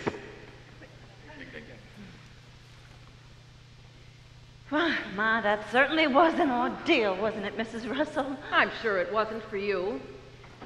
I mean, you're just so used to doing this sort of thing. I have to go. Oh, no, please stay and have a drink. Well, I don't have anything to do today until 4:15. Let's play hooky. I'm afraid I have an appointment in 15 minutes. Oh, they have us girls on timetables just like the trains. Would you look at me? All set to moderate the fashion show at 5 o'clock. It's a shame they can't have us girls all doing the same thing. I mean, you first meet with one group and then we meet with the same group. What can I fix you? Nothing, thanks. It's too early for me. Well, didn't Art Hochstetter surprise everyone last night? Well, personally, I think he's just an old meanie. You know why? Holding out on us like that? It's just plain for publicity. That's it. He just revels in the limelight. Why, Mrs. Russell, I don't believe you've seen my children. I've seen pictures of them. They're very pretty. That's Gladys, though, and the one with the braces. I'm afraid they're all going to have braces. Lord knows where they got those teeth from. Joe and I both have perfect teeth, and it costs such a fortune to have braces put on children's teeth. Did you bring any pictures of your boys? No. They're not with me. So good looking. That was a nice spread of them in life, such warm pictures. You certainly do get a lot of coverage in life, much more than we do. Oh, I thought we were neck and neck. No, I'm afraid that Joe and I are just going to have to forget about Mr. Luce for now. You're certainly his candidate, at least for the time being. Please have a seat. I do so love the way you do your hair. Oh, well, I don't You really... remind me of this teacher I had back at State College, a wonderful woman in every sense of the word. Well, I'm afraid I'm not really wonderful. Oh, no false modesty. You are wonderful and courageous. In what way courageous? Oh, well, you know. I always say you were the most courageous woman in public life, don't I, Sue Ellen? Mm-hmm. That committee that you served on. What committee was that? Well, you know, that one that you worked on in New York City, where you did all that work for birth control. Birth control? I didn't know anything about that. Well, it was 20 years ago, and I'm not supposed to mention it now, as you know. Well, I should certainly hope not. You'll have the Catholics down on us like a ton of bricks. You know, the rhythm cycle, yes, but anything else is out. Actually, I'm against all forms of artificial means of birth control, except where health might be a matter, of course. But I believe it took the courage of a lion to come out in favor of people using those birth control devices when you're in public life. But I suppose back then you didn't realize one day your husband might be running for president. When you do that sort of thing, you just can't afford to offend all those nice people that vote. I realize that. We must offend no one. Of course, if we offend no one, then we don't end up pleasing anyone very much either, do we? But I suppose that's an occupational hazard of being in politics. We are all interchangeably inoffensive. Well, now. Well, bully for you, Mrs. Russell. Do you know you sounded just like your husband just then, didn't she, Sue Ellen? Didn't she sound just like Bill Russell when he's being all witty and profound and way above our poor heads? Well, I'd like to think intelligence was contagious, but I'm afraid it isn't. At least in my case. Bill has all the brains. I'm not awfully quick. Oh, yes, you are, honey. I've really got to go. You girls are an absolute inspiration to the American woman, and I mean it. Well, each in your different way. Thank you very much for that. Miss Russell, how is Mr. Russell feeling? I mean, really. I mean, last night he did look awful peaked at dinner, and people have been saying... The reporters are gone, Mrs. Cantwell, and you know as well as I do he's perfectly all right. Goodbye. Goodbye. Mrs. Russell, The reporters are gone, Mrs. Cantwell. Well, if she just stopped acting all so high and mighty and take a hint, she'd at least come out and say he's not feeling well. So when he has to pull it out, there'd at least be some preparation. Mabel, I don't like anything about what Joe's doing. It's plain dirty, and I should warn you, I'm a loyal party worker, and I will see that the women are all behind Bill Russell. More like under Bill Russell is more like it. I mean, it's just sex, morning, noon, and night with that Bill Russell. Now, Mabel, unless you were in the room, how would you know? I've read the report. Bill Russell is neurotic, and he's had a breakdown, and his sex life is not normal. Sleeping with all those women, it's just plain immature, and we don't need an immature president in the White House.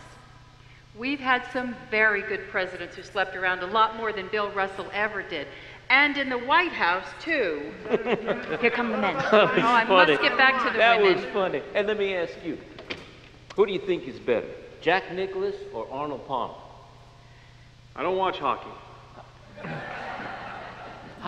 Well, Senator Carlin, I didn't expect to see you here. Well, it just happened to be in the neighborhood, Mrs. Gamage.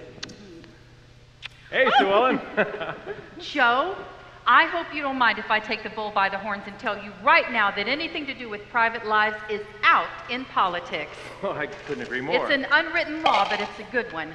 The minute you throw at a man that he has a mistress or illegitimate child or something like that, you get sympathy for him. I don't know why, but you do. But you also make yourself vulnerable, because nobody's a saint, Joe, not even you. So keep what you men do in bed out of politics. Goodbye, Joe. Bye, Mabel. Gentlemen. You got those photostats ready. 600 copies to be released to the delegates by 3:30 p.m. Russell's doctor's in town, so that means there's going to be some kind of statement. He's going to fight. Pardon me for asking, but aren't you fellas afraid of getting into trouble? I mean, stealing medical records? We didn't steal them. Now look, these were given us pro bono publico. Look. Look right here. See this? Hello? Oh, Dick Jensen. Yes, Joe is here. You just hold on one sec now. Hold on. This is it, Joe. They're gonna give up. Hi, Dick. How's the boy? Fine, fine. No, I don't see any reason as to why we should slow everything down. I've told everybody 3:30. Well, yeah, of course I expected Bill to come on down. I mean, it'd be so easily for him to bow out now with this medical issue. Well, frankly, I don't see any reason to postpone. Do I know who? Sheldon Marcus. No, I don't think so. Where? Well, you get Bill Russell on the phone right now. That's right. I don't care. You fix it. Yeah, I'll be right here. Come on, Joe. Spill the beans. You aren't going to meet with Russell, are you? I thought we decided. You hold that stuff on Russell. Hold it, but we can't. I said hold it. Joe, what's happening? Senator, if you'll excuse us. Oh, yeah, sure. Well, if you'll excuse me, Mrs. Cantwell, and you fellas know where to find me after 3:30.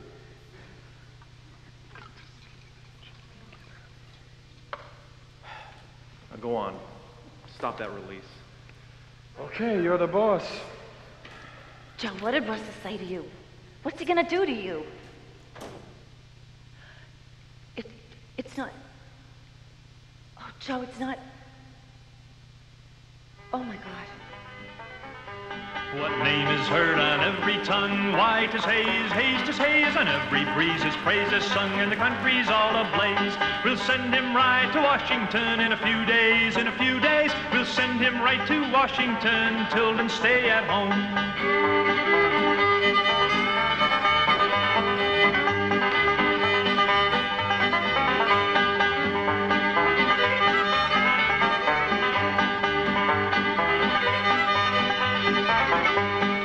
This one thing we're fully bent. In a few days, we'll duly elect our president, the chosen gallant. I got you. You should have heard Cantwell's voice. That's the first time I've ever heard him stuck. He wants to see you. I told him 3:30. He agreed without a peep. That means no announcement to the delegates. Mr. Marcus, I want to thank you for coming in. I know this has been as distasteful for you as it has been for us. Whoa. Oh, yes, it is. Peggy, my wife, she was fit to be tied when I said I talked to Mr. Jensen and was coming here to see you. She knew the whole story, of course. I tell her everything. We have no secrets, Mrs. Marcus and me. That's very, very... No, thank you again. Dick will show you out. Dick, show him the way, would you please? Thank you very much. This way, please. Would you wait, please, in my office? It's the second room here across the hall, right this way. Yes, sir, Mr. Jensen. I guess this is the biggest moment of my life, meeting you, Mr. President, sir. Well, I suppose this is the biggest moment of your life. Now, you'll excuse me for not getting up, Major Marcus, but just think, you may have changed the course of history. Well, I certainly never thought back in '44 when Joe Cantwell and I were on ADAC that that 16 years later we'd be here in this hotel with him running for president and me talking to you, sir, who I always admired. So I didn't vote for you the second time. You see, Mrs. Marcus felt that...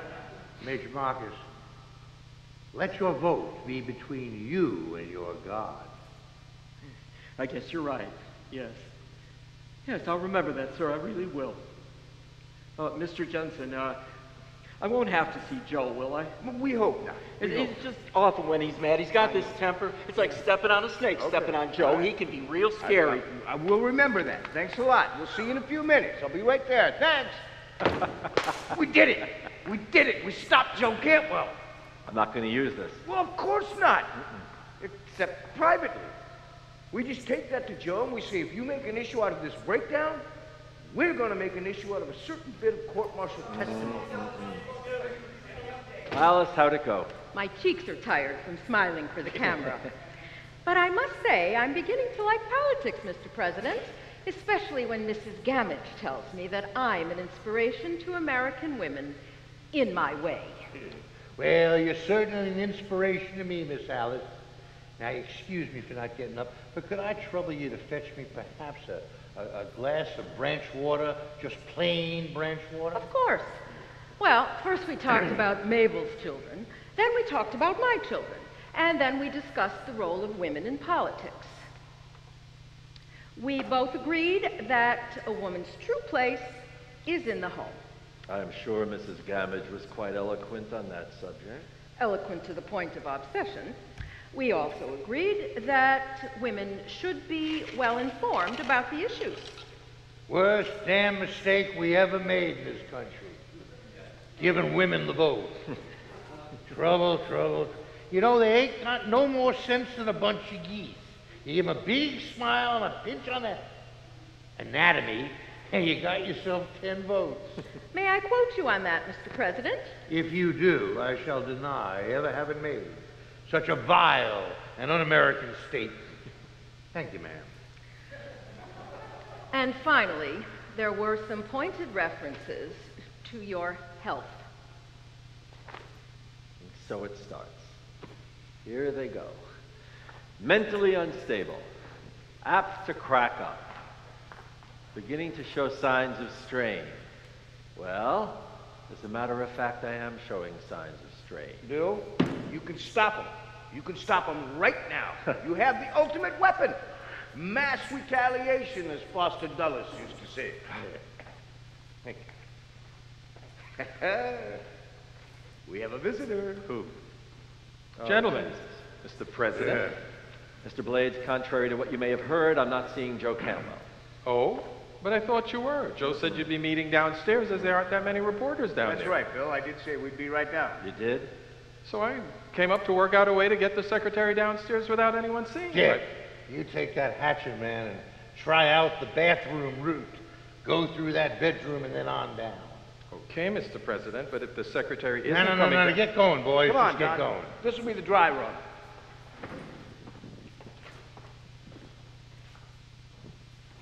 I'm not doing this. You have to.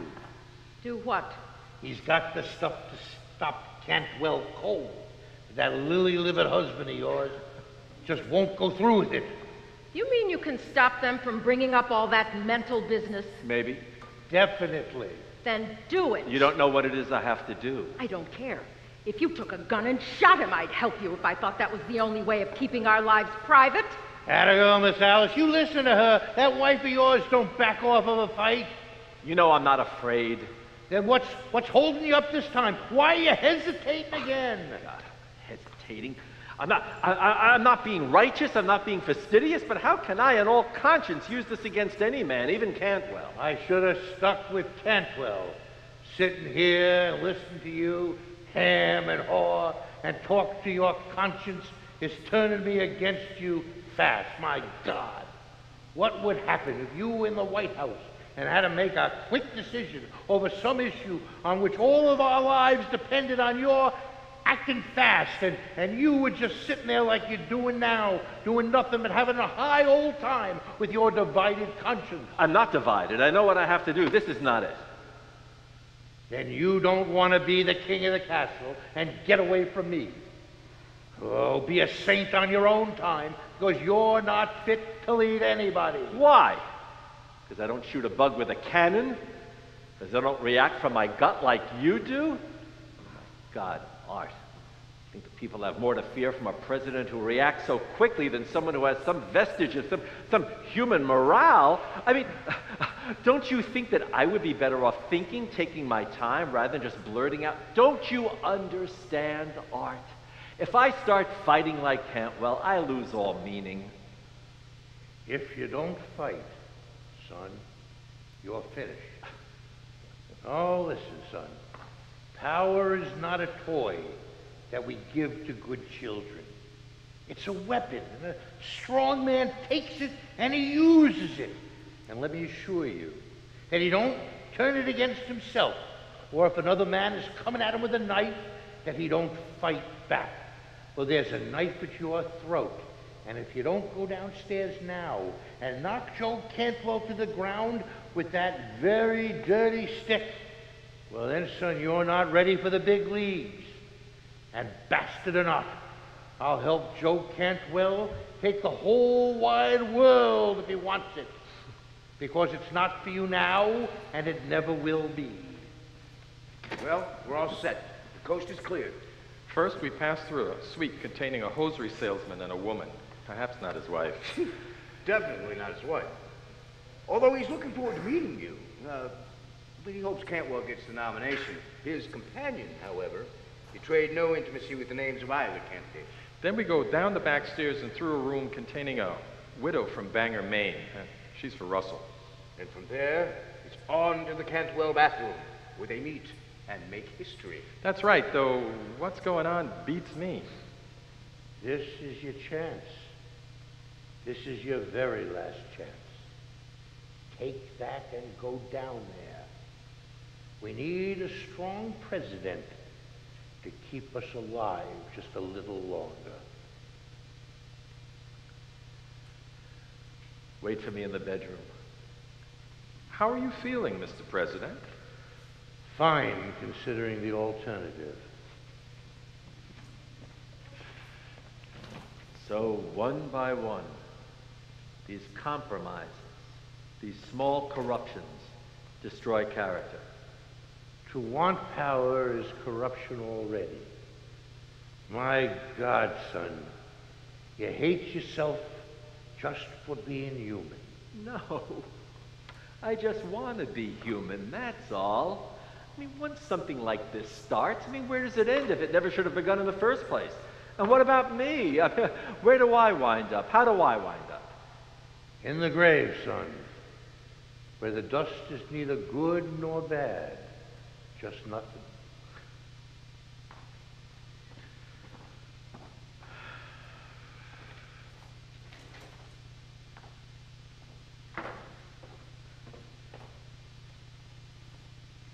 You are a good man, Mr. President. Oh, I reckon I am when all is said and done. But I don't know if this is the right thing for Bill to do. Well, we lit a fire under our boy.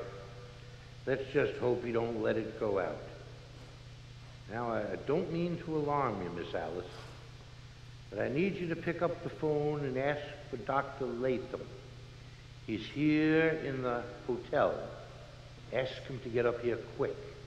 Tell him to take the back way and to bring a stretcher. I can't move. I'm afraid the old man is just about dead.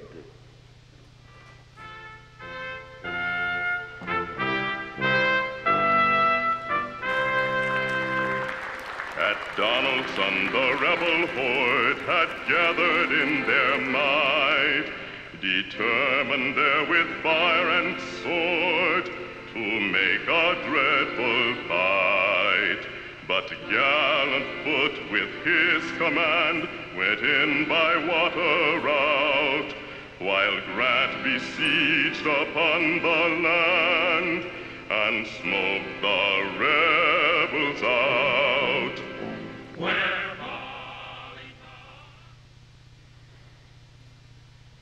That's right, the name is Conyers, General Conyers. It's Conyers. This is Senator Cantwell. Yes, it's an emergency. What? They can't find him. But he's got to be there. All right, well, check his quarters then. Damn it. Are you sure General Conyers is going to back you up? Well, he better. What? Well, don't they have a phone around there? Fine, he's playing golf. All right, well, tell him to reach Senator Cantwell in Philadelphia. I'm at Walnut 87953. Have you got it? Thank you. Joe, you've got to speak to him before they come down here. It's no use. But you know what? Perhaps it's just as well. Let's see, we got the delegates, we got Conyers, and Sheldon Marcus. Yeah, Sheldon Marcus. Joe, I'm scared to death. Well, don't be. Come here, Mama Bear. Now, Papa Bear isn't going to get shot down this close to the honey tree. It's just so unfair. I mean, they're using this stuff like this. It's a lie, a dirty lie, and they knew it was a lie at the time. I just hate politics. That's Conyers. Yes. Oh, Mrs. Russell. No, Bill isn't here yet. I'm sure he's still on his way down. What? Oh, that's horrible. And you say, yeah. Of course, I'll tell Bill as soon as he gets down here. Yes, he's a great guy. Thank you, Mrs. Russell. Art Hochstetter just collapsed. What? They took him to the hospital. It looks like he's dying. Dying? But I thought you said it was just a hernia or something. Oh, that hernia stuff is a bunch of bull. Well, what's that going to do to us now with his dying? Well, find out what hospital he's at. Now look, don't say a word about Hochstetter. I don't want anything to mess up this meeting. Well, here we are. Yeah, it was touch and go for a while there, but we made it. Nobody saw us. Well, now, would you look at this? Why, it's like two wild animals in the zoo. And somebody say something. It's just politics after all. It's not like it's the end of the world. Yet. Mr. Russell, I had such a lovely visit with your wife this afternoon. She's getting to be a real campaigner now, isn't she? Would you like something to drink? We have just about everything. Why, there's scotch and gin and bourbon and branch water, just like President I don't think we want anything to drink. No, thank you.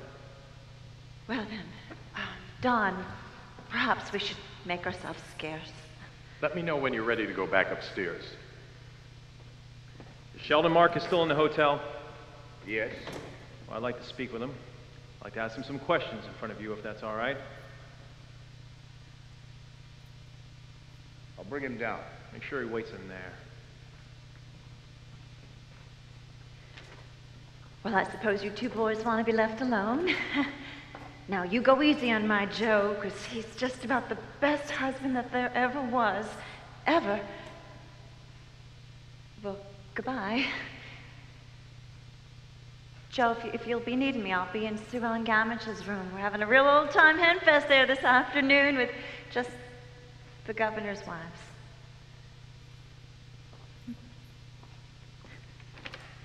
Mrs. Cantwell, can you tell us anything new about the delegate? Well, Bill, this is it. The main event, as they say. Main event. And here we stand, as Martin Luther said, and it is not safe to move. Please sit. And it is not safe to move. Martin Luther said it's not safe to move. Oh, I'm sorry, Bill. Martin Luther was... Oh, you don't need to tell me who Martin Luther is. I happen to be a Protestant. I'm a very religious guy, Bill. Oh, you don't have to tell me that, Joe. You really do think you're better than all of us, don't you? With your bad jokes and the admiration of a lot of would-be intellectuals that don't mean a damn thing in this country. Very good, Joe. Very, very good. That was pure Cantwell, known as the multiple lie. Only this time it was the multiple lie plus the confused statement. For instance, You feel that I think that I'm better than the rest of you. Well, you don't deny it, do you? That's it. Cut me off. By the end of the sentence, that's vintage Campbell. I'm not interested in your sophistry. Sophistry? Your contempt. Your deliberate refusal to answer me. Mr. Chairman, point of order. Well, how are you going to keep them down in the Senate once they've been on TV? Yeah, that's very funny. Very cute. You know, I like that. Perhaps you should have your own TV show. Thank you. I'll take that as a compliment. Joe, I came down here to tell you that there are certain things a man cannot do, even in politics. Now look, Bill, I've given you every opportunity and every hint to drop out of this race. It can be done so easily now. This medical issue can be done so logically. You just say fatigue or something like that, like you did the last time. And then the party can unite behind its candidate. You? And we win in October. I'm afraid it's not that easy, Joe. I mean, for one thing, you're going to be sued for the theft of my case history. Yeah, you are. I've spoken to my lawyers, and you... Bill, I didn't take it. The damn thing was given to me unsolicited, and you know it. Besides, I'm sure your doctor won't file suit if you just simply ask him not to. Why should I ask him not to? Party unity. Why would you smear me if I'm going to win the White House in November? What makes you think you're going to get the nomination? Because I expect for you to withdraw. Because you have no choice. And then who else is there except for me, Bill? You are amazing. I came down here with enough political nitroglycerin to blow you out of the race, let alone politics altogether, and you have the audacity to sit there and blandly tell me that I'm the one to withdraw? And I also promise you, and this is a solemn promise if I get elected, Bill, to give you any position on the cabinet that you want. Except for Secretary of State, I'm all hung up there with somebody else. But you know, you could go as our first ambassador for Red China. That's right. I've decided to give Red China a shot. You'll be happy to know that. Only I'll wait. Never defend. Always attack. Very good at that, Joe. I mean that. And another thing, about your attacks on me. Politically, we're virtually exactly the same on every important issue. Except for, I know that I'm not going to launch some policy just to have it shot down because the climate isn't right. You call that leadership? Yes, I do. And it's better than giving great speeches on the right side at the wrong time. I can wait on that. Well, you're very candid. And I'm right. You see, I was born to this and you weren't. I know in my bones how to do this thing. I understand the people of this country because I'm one of them. I know how to maneuver. I know how to win.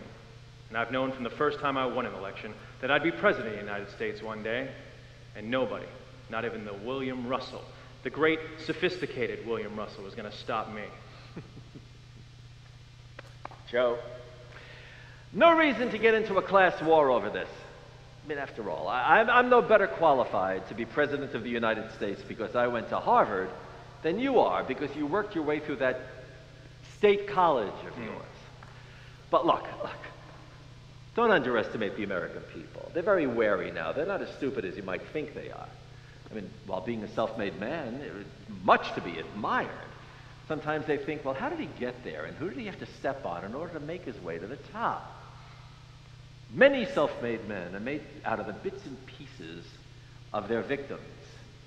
You, Joe, you're something of a little Frankenstein monster going on there. You're made out of bits and pieces of Sicilian bandits and all of your political opponents who are lined up on television. How it was made doesn't matter.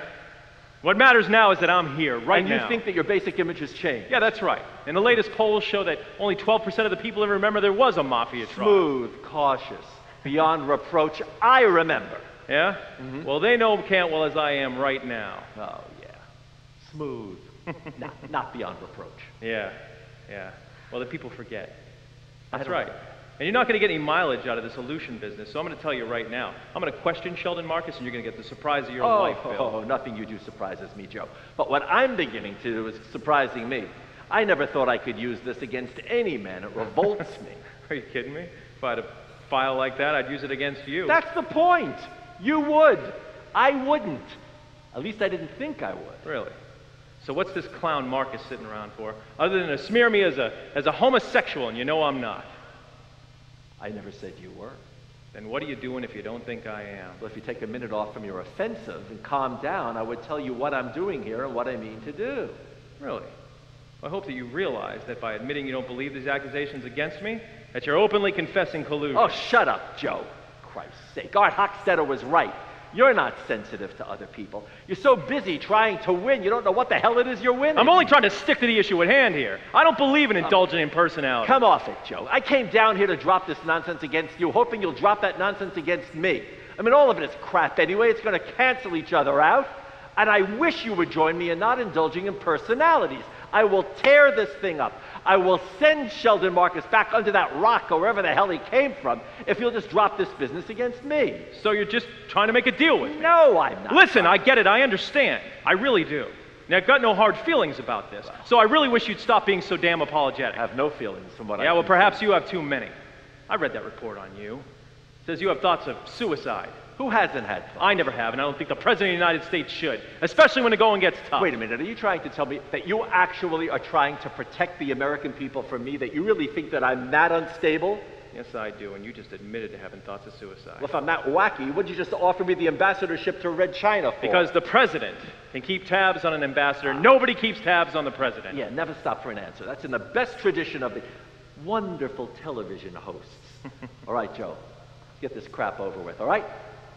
I won't throw my mud if you don't throw your mud. Oh, yeah, sure. And then we just waltz into the convention center tomorrow and you win on the first ballot. No way. Well then, good luck.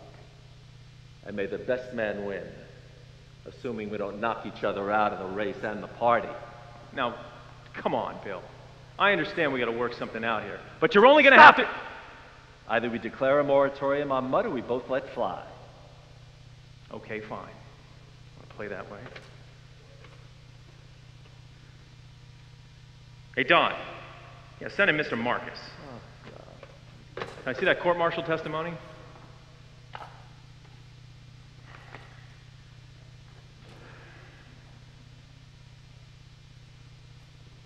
Hey, Shelley, how's a boy? Long time no see, pal. Yeah, all right. Joe, a long time. Hello again, Mr. Russell. Joe has some questions for you. Oh, I really ought to be getting back to Wilmington. You see, Oh, my Wilmington. wife- It's a great town. You know, I've got some cousins in Wilmington, Jack and Helen Everly. Perhaps you know them. They're in real estate. Please go ahead and sit down. It's not Wilmington proper, actually, where I live. It's a suburb where Peggy and I live. I don't think I know anybody named Everly. So, Shelley, looks like you put on an awful lot of weight. Well, it's Peggy. It's my wife Peggy's cooking. She's a wonderful cook. Mm-hmm. I thought, Mr. Russell, I wouldn't have to... To what, to come see your old pal? Gosh, I'd have been fit to be tied if my old buddy Shelley from ADAC hadn't come to see me. You know that, Shell. Well, it's just that I know how busy you are. Both you men are running for this president thing, and I was just, passing by. Sure. And you thought you'd just pause long enough to smear an old buddy. Now, Joe, don't get mad at me. It was my duty. To what? To get back at me for seeing that you were passed over for promotion due to your own incompetence? It's always good to set the motive, Bill. Is this true? Well, no, I mean my efficiency report was... Can be found in Army records. It's unsatisfactory. You see, I was the adjutant, and I personally saw that he didn't get his transfer, and he didn't get his promotion, and he knew it.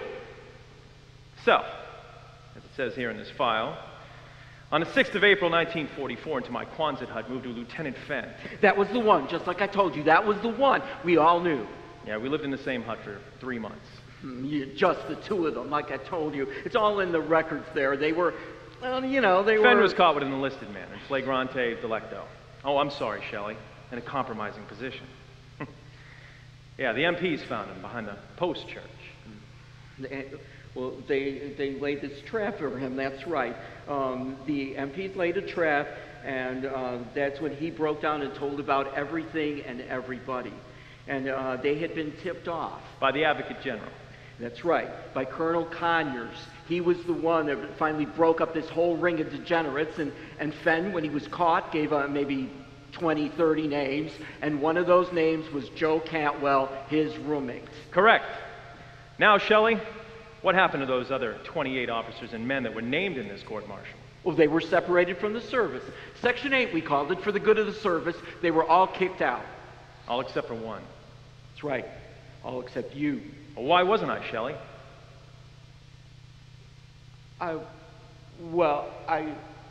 I don't know. I guess it's all there in the records or something, but I know I thought then what a lot of people thought, that Joe must have pulled some pretty fancy wires just to save his neck.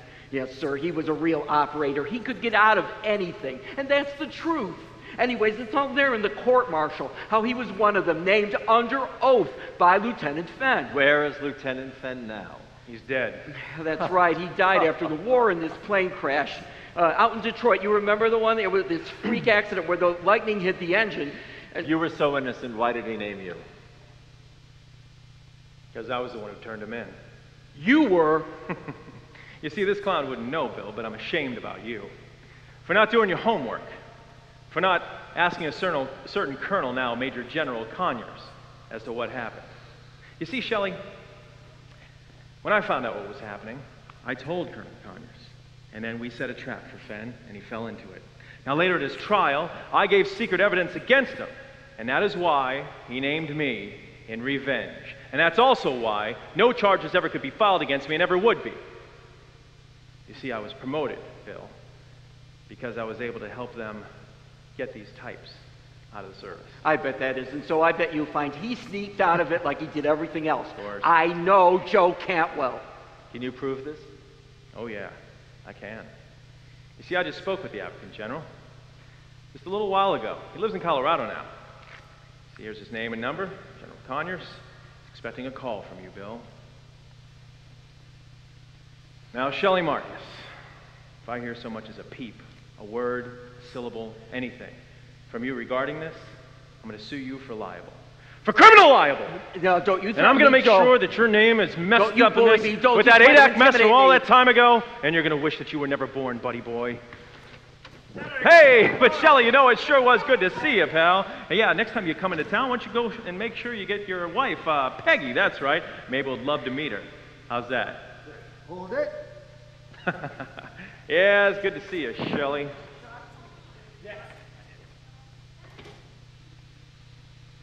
I'm sorry, Bill. You see, this isn't going to work. You can ask Art.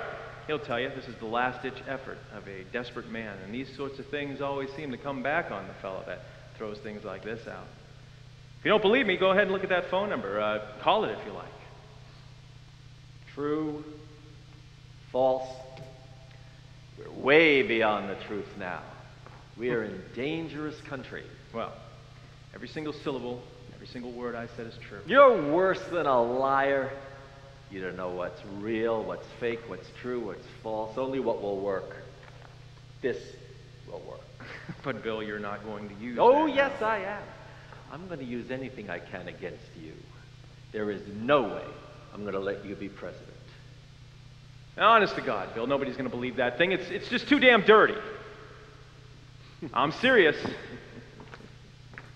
All right, fine, Russell. You can't beat me anyways. You understand it, right? You haven't got a chance.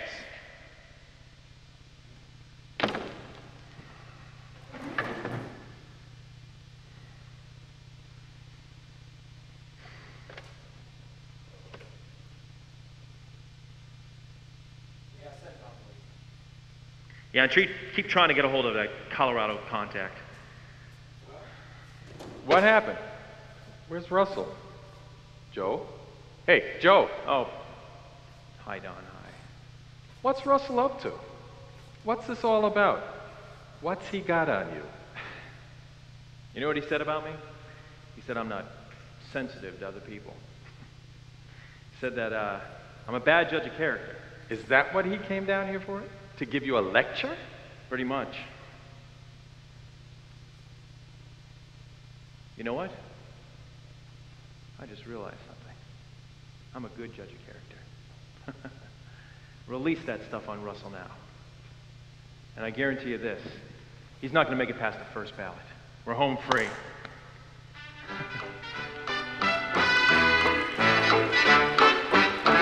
Things are wearing a warm complexion, but McKinley's going to win. He'll be the hero of this election. The way he'll beat 'em will be a sin. He will smash 'em to such perfection, they can never get up again. Mac and Teddy are going to win this political fight, and that is right. 'Cause the questions that now are pending and and causing contortions of the brain. Can only be settled by a cool-headed man like that.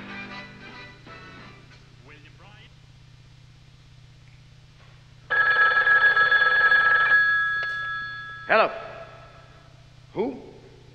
Oh, Senator Joseph. No, he's not back yet. No, I don't know what to do. Well, he's still at the hospital with President Hochstetter, and there's no way to phone, so I guess we just stand by. How's the balloting? Oh, God. No comment, no comment. Wait a minute, Senator. He's back. Hold on. Bill, it's Senator Joseph. He's on the convention floor, and they're in the 6th ballot. Cantwell's leading, but nobody's got a majority. Merwin's sitting tight. Joseph says if you let him blast Cantwell now, we're in on the next ballot. What was the voting on the 5th ballot?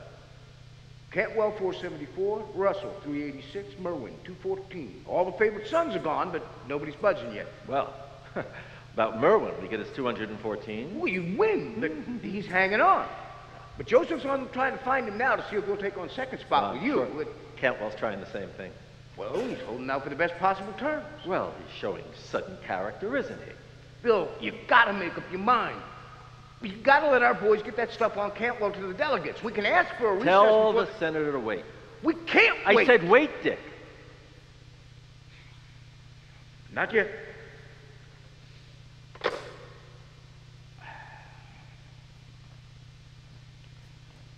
Bill, what's wrong with you? We've lost a day and a night. But one word from you, we can wreck Joe Cantwell. I know. Then what are you waiting for? Why are you holding back? Every delegate's got a copy of your case history, and believe it or not, we're still in business. I don't know why, but we are. Maybe it just goes to show that mud doesn't always stick. Enough did. You lost 300 votes because of it. Not all to Cantwell. Merwin picked up 100 of them, huh? That has to be a sign of something. Disgust. No, maybe human decency. Decency? At a convention? I'm an optimist. I've packed.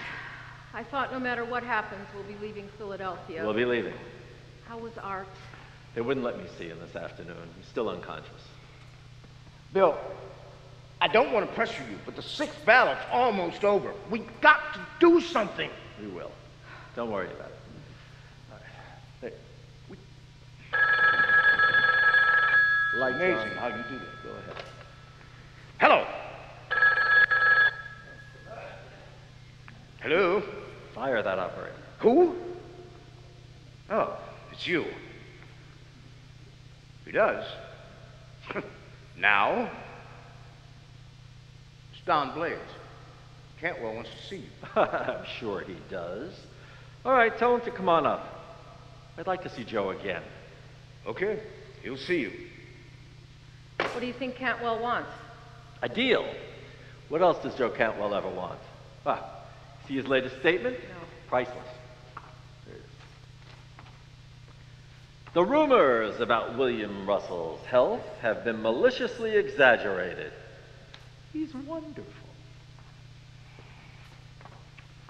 Look, Bill, before they get here, let me call Senator Joseph. No, Dick.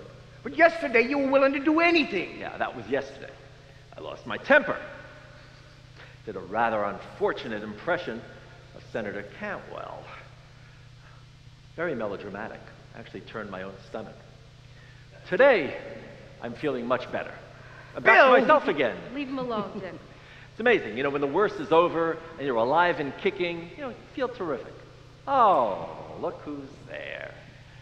My old friend, Senator Carlin, true to the end. This sovereign state cast 44 votes for the next president of the United States, Joe Cantwell. Senator Carlin has every characteristic of a dog except loyalty. Gentlemen. Hello, Bill. Hello, Joe. Nice of you to stop by. Yes. Well, this is Russell. My name is Joe Cantwell. I don't believe we've met. How do you do? I guess we've spoken on the phone a few times. Sit down, Joe. I thought you'd be downstairs working on your campaign acceptance speech. Well, as I see this convention shaping up... You know, I've been working on mine for about the past 4 months, you know, trying to find that delicate balance between humility and confidence. Yes, well, as I think... You always tend to, you see things that are so obvious, yet you tend to make them think, everybody think that you just thought of them. And that little trick that you have, I love that. Bill, can I get a damn word edgewise or what? I'm sorry, Joe, I couldn't resist it. I was just using some of the Cantwell technique. Never let the other man talk, just speak over him. And if he ever starts a sentence with, "Now, Bill," you know it's no good. Now, Bill, very funny. That's really cute. Now, look, this convention's really hung up. And if we can't figure anything out here, nobody's ever going to be nominated, so... And who wants to spend the next 4 years in Philadelphia? Look, I've given this a lot of thought. I want you on a ticket. Well, that's very generous of you, Joe. But how could I possibly run for vice president when I'm right now, at this very moment, suffering from one of my frequent nervous breakdowns? Well, you couldn't expect for us to keep a little morsel like that out of the press. But you've got to admit we handled it pretty damn well. If you looked at the paper this morning, you'll see that there's hardly any mention of it. Same way there's no mention of the fact that Art Hofstadter is dying. Well, Art didn't want anybody to know how sick he was. Did he, Mrs. Russell? Yeah, he was a great old guy. Was. Well, yeah, he died. Oh. Art's dead? I didn't know. He died about a half hour ago. He knew it was over last night when I saw him. You saw him? Yes, for a few minutes before he... Oh, no. Don't tell me that with his dying breath, he said, "Joe, go forth," and he passed the torch to you. Well, you certainly like to jump to conclusions, don't you? All right. You want to know what he said? I'll tell you. Art said, "To hell with the both of you," meaning both you and me. He sure is a funny old bird, full of piss and vinegar right to the end. But his day was done, just as well he croaked when he did. What? Will you two please get out? Wait a minute, Bill. Look, there's a lot of reasons why we want you on this ticket. And frankly, I think you should just show a little bit of gratitude, really. Gratitude? Do you realize all I have to do is pick up that phone and call Senator Joseph? But you know that story about Joe's a bum rap, so how could you use it? Since when is truth a deterrent at this convention? It's also not true that I'm mentally unstable. But it is true that you had a mental breakdown, and that is a fact the voters should know. Now look, this is a promise, and a solemn promise in front of all these witnesses. I'll give you any position in the cabinet that you want. You can have vice president, secretary of state, anything. You don't even have to commit to me. Just throw me your votes on the next ballot. Look at them, Bill. They're scared. Oh, no, we're not. They're sweating ice. Look, I just want to back up the party. Look at them squirm. Who's squirming? Anyway, we've got all the votes we need right now. Where? Governor Merwin. Merwin won't play with you. He wanted to, but Joe doesn't want Merwin on the ticket. He'd rather have the secretary here. Merwin turned Joe down, and you know it. If he'd accepted, you wouldn't be up here now, sweating. Not Come sweating, on, Bill. We got him. Let me call Senator Yeah, I Joseph. wish you would. And tell him that you'll join me and take second place Tell on that him you're ticket gonna for party. lower the boom on Cantwell. Second place on that ticket. All right. Call him. He's going to take it. Hello? Give me Senator Joseph on the convention floor. Extension 12. Hello, Senator, is that you? Well, brace yourself. This is it. A man's ready to fight. Russell, don't. You can't use that stuff. Joe's our only hope. Look, shut up, Don. Shut up. Mr. Russell always does the right thing. Thank you, Joe. Hello, Senator. Yeah, it's William Russell. Yeah, thank you. Look, I am going to be down on the floor in a few minutes to make an announcement, but I want you to find out from me who's the chairman of the next delegation that's pledged to me. Utah. Okay. Do me a favor. Tell the chairman that I want him to announce to the convention that I have withdrawn from the race. Mr. Secretary, I swear you won't regret it. And that I am releasing my 384 delegates with instructions to support Governor John Merwin. Merwin? But you can't. But I can, and I have. But Merwin's nobody. Well, now he's somebody. Neither the angel of darkness nor the angel of light has come down to save the day. Huh, Joe? We canceled each other out. Allowing the angel of grayness to win. We're blinded by the light. We're afraid of the darkness. I meant it, Joe, when I said I could never let you be president. Well, you just cut your own throat. You're through in politics. Joe Cantwell is through in politics. He had a deal. I bet he had a deal with Merwin all along. That slimy son of a...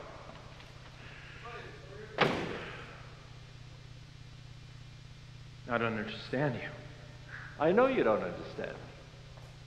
Because you have no responsibility towards anyone or anything. It's a tragedy in a man, Joe. It's a disaster in a president.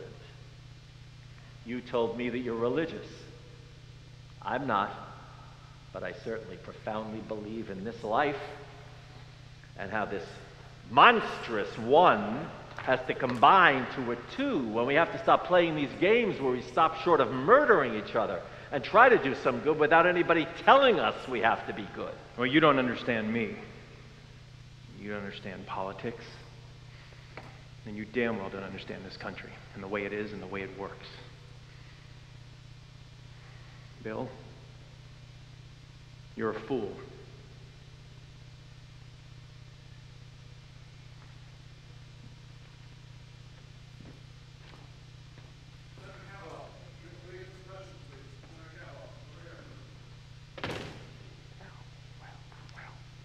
Well, I don't think we're the kind of people he says we are, at least not yet. You don't even know Merwin. Nobody knows him. He's a man without a face. Don't underestimate him. Men without faces get elected president all the time. And with time and with honor and with knowledge, they fill in their features usually pretty well. Bill, I'm afraid your conscience is my enemy.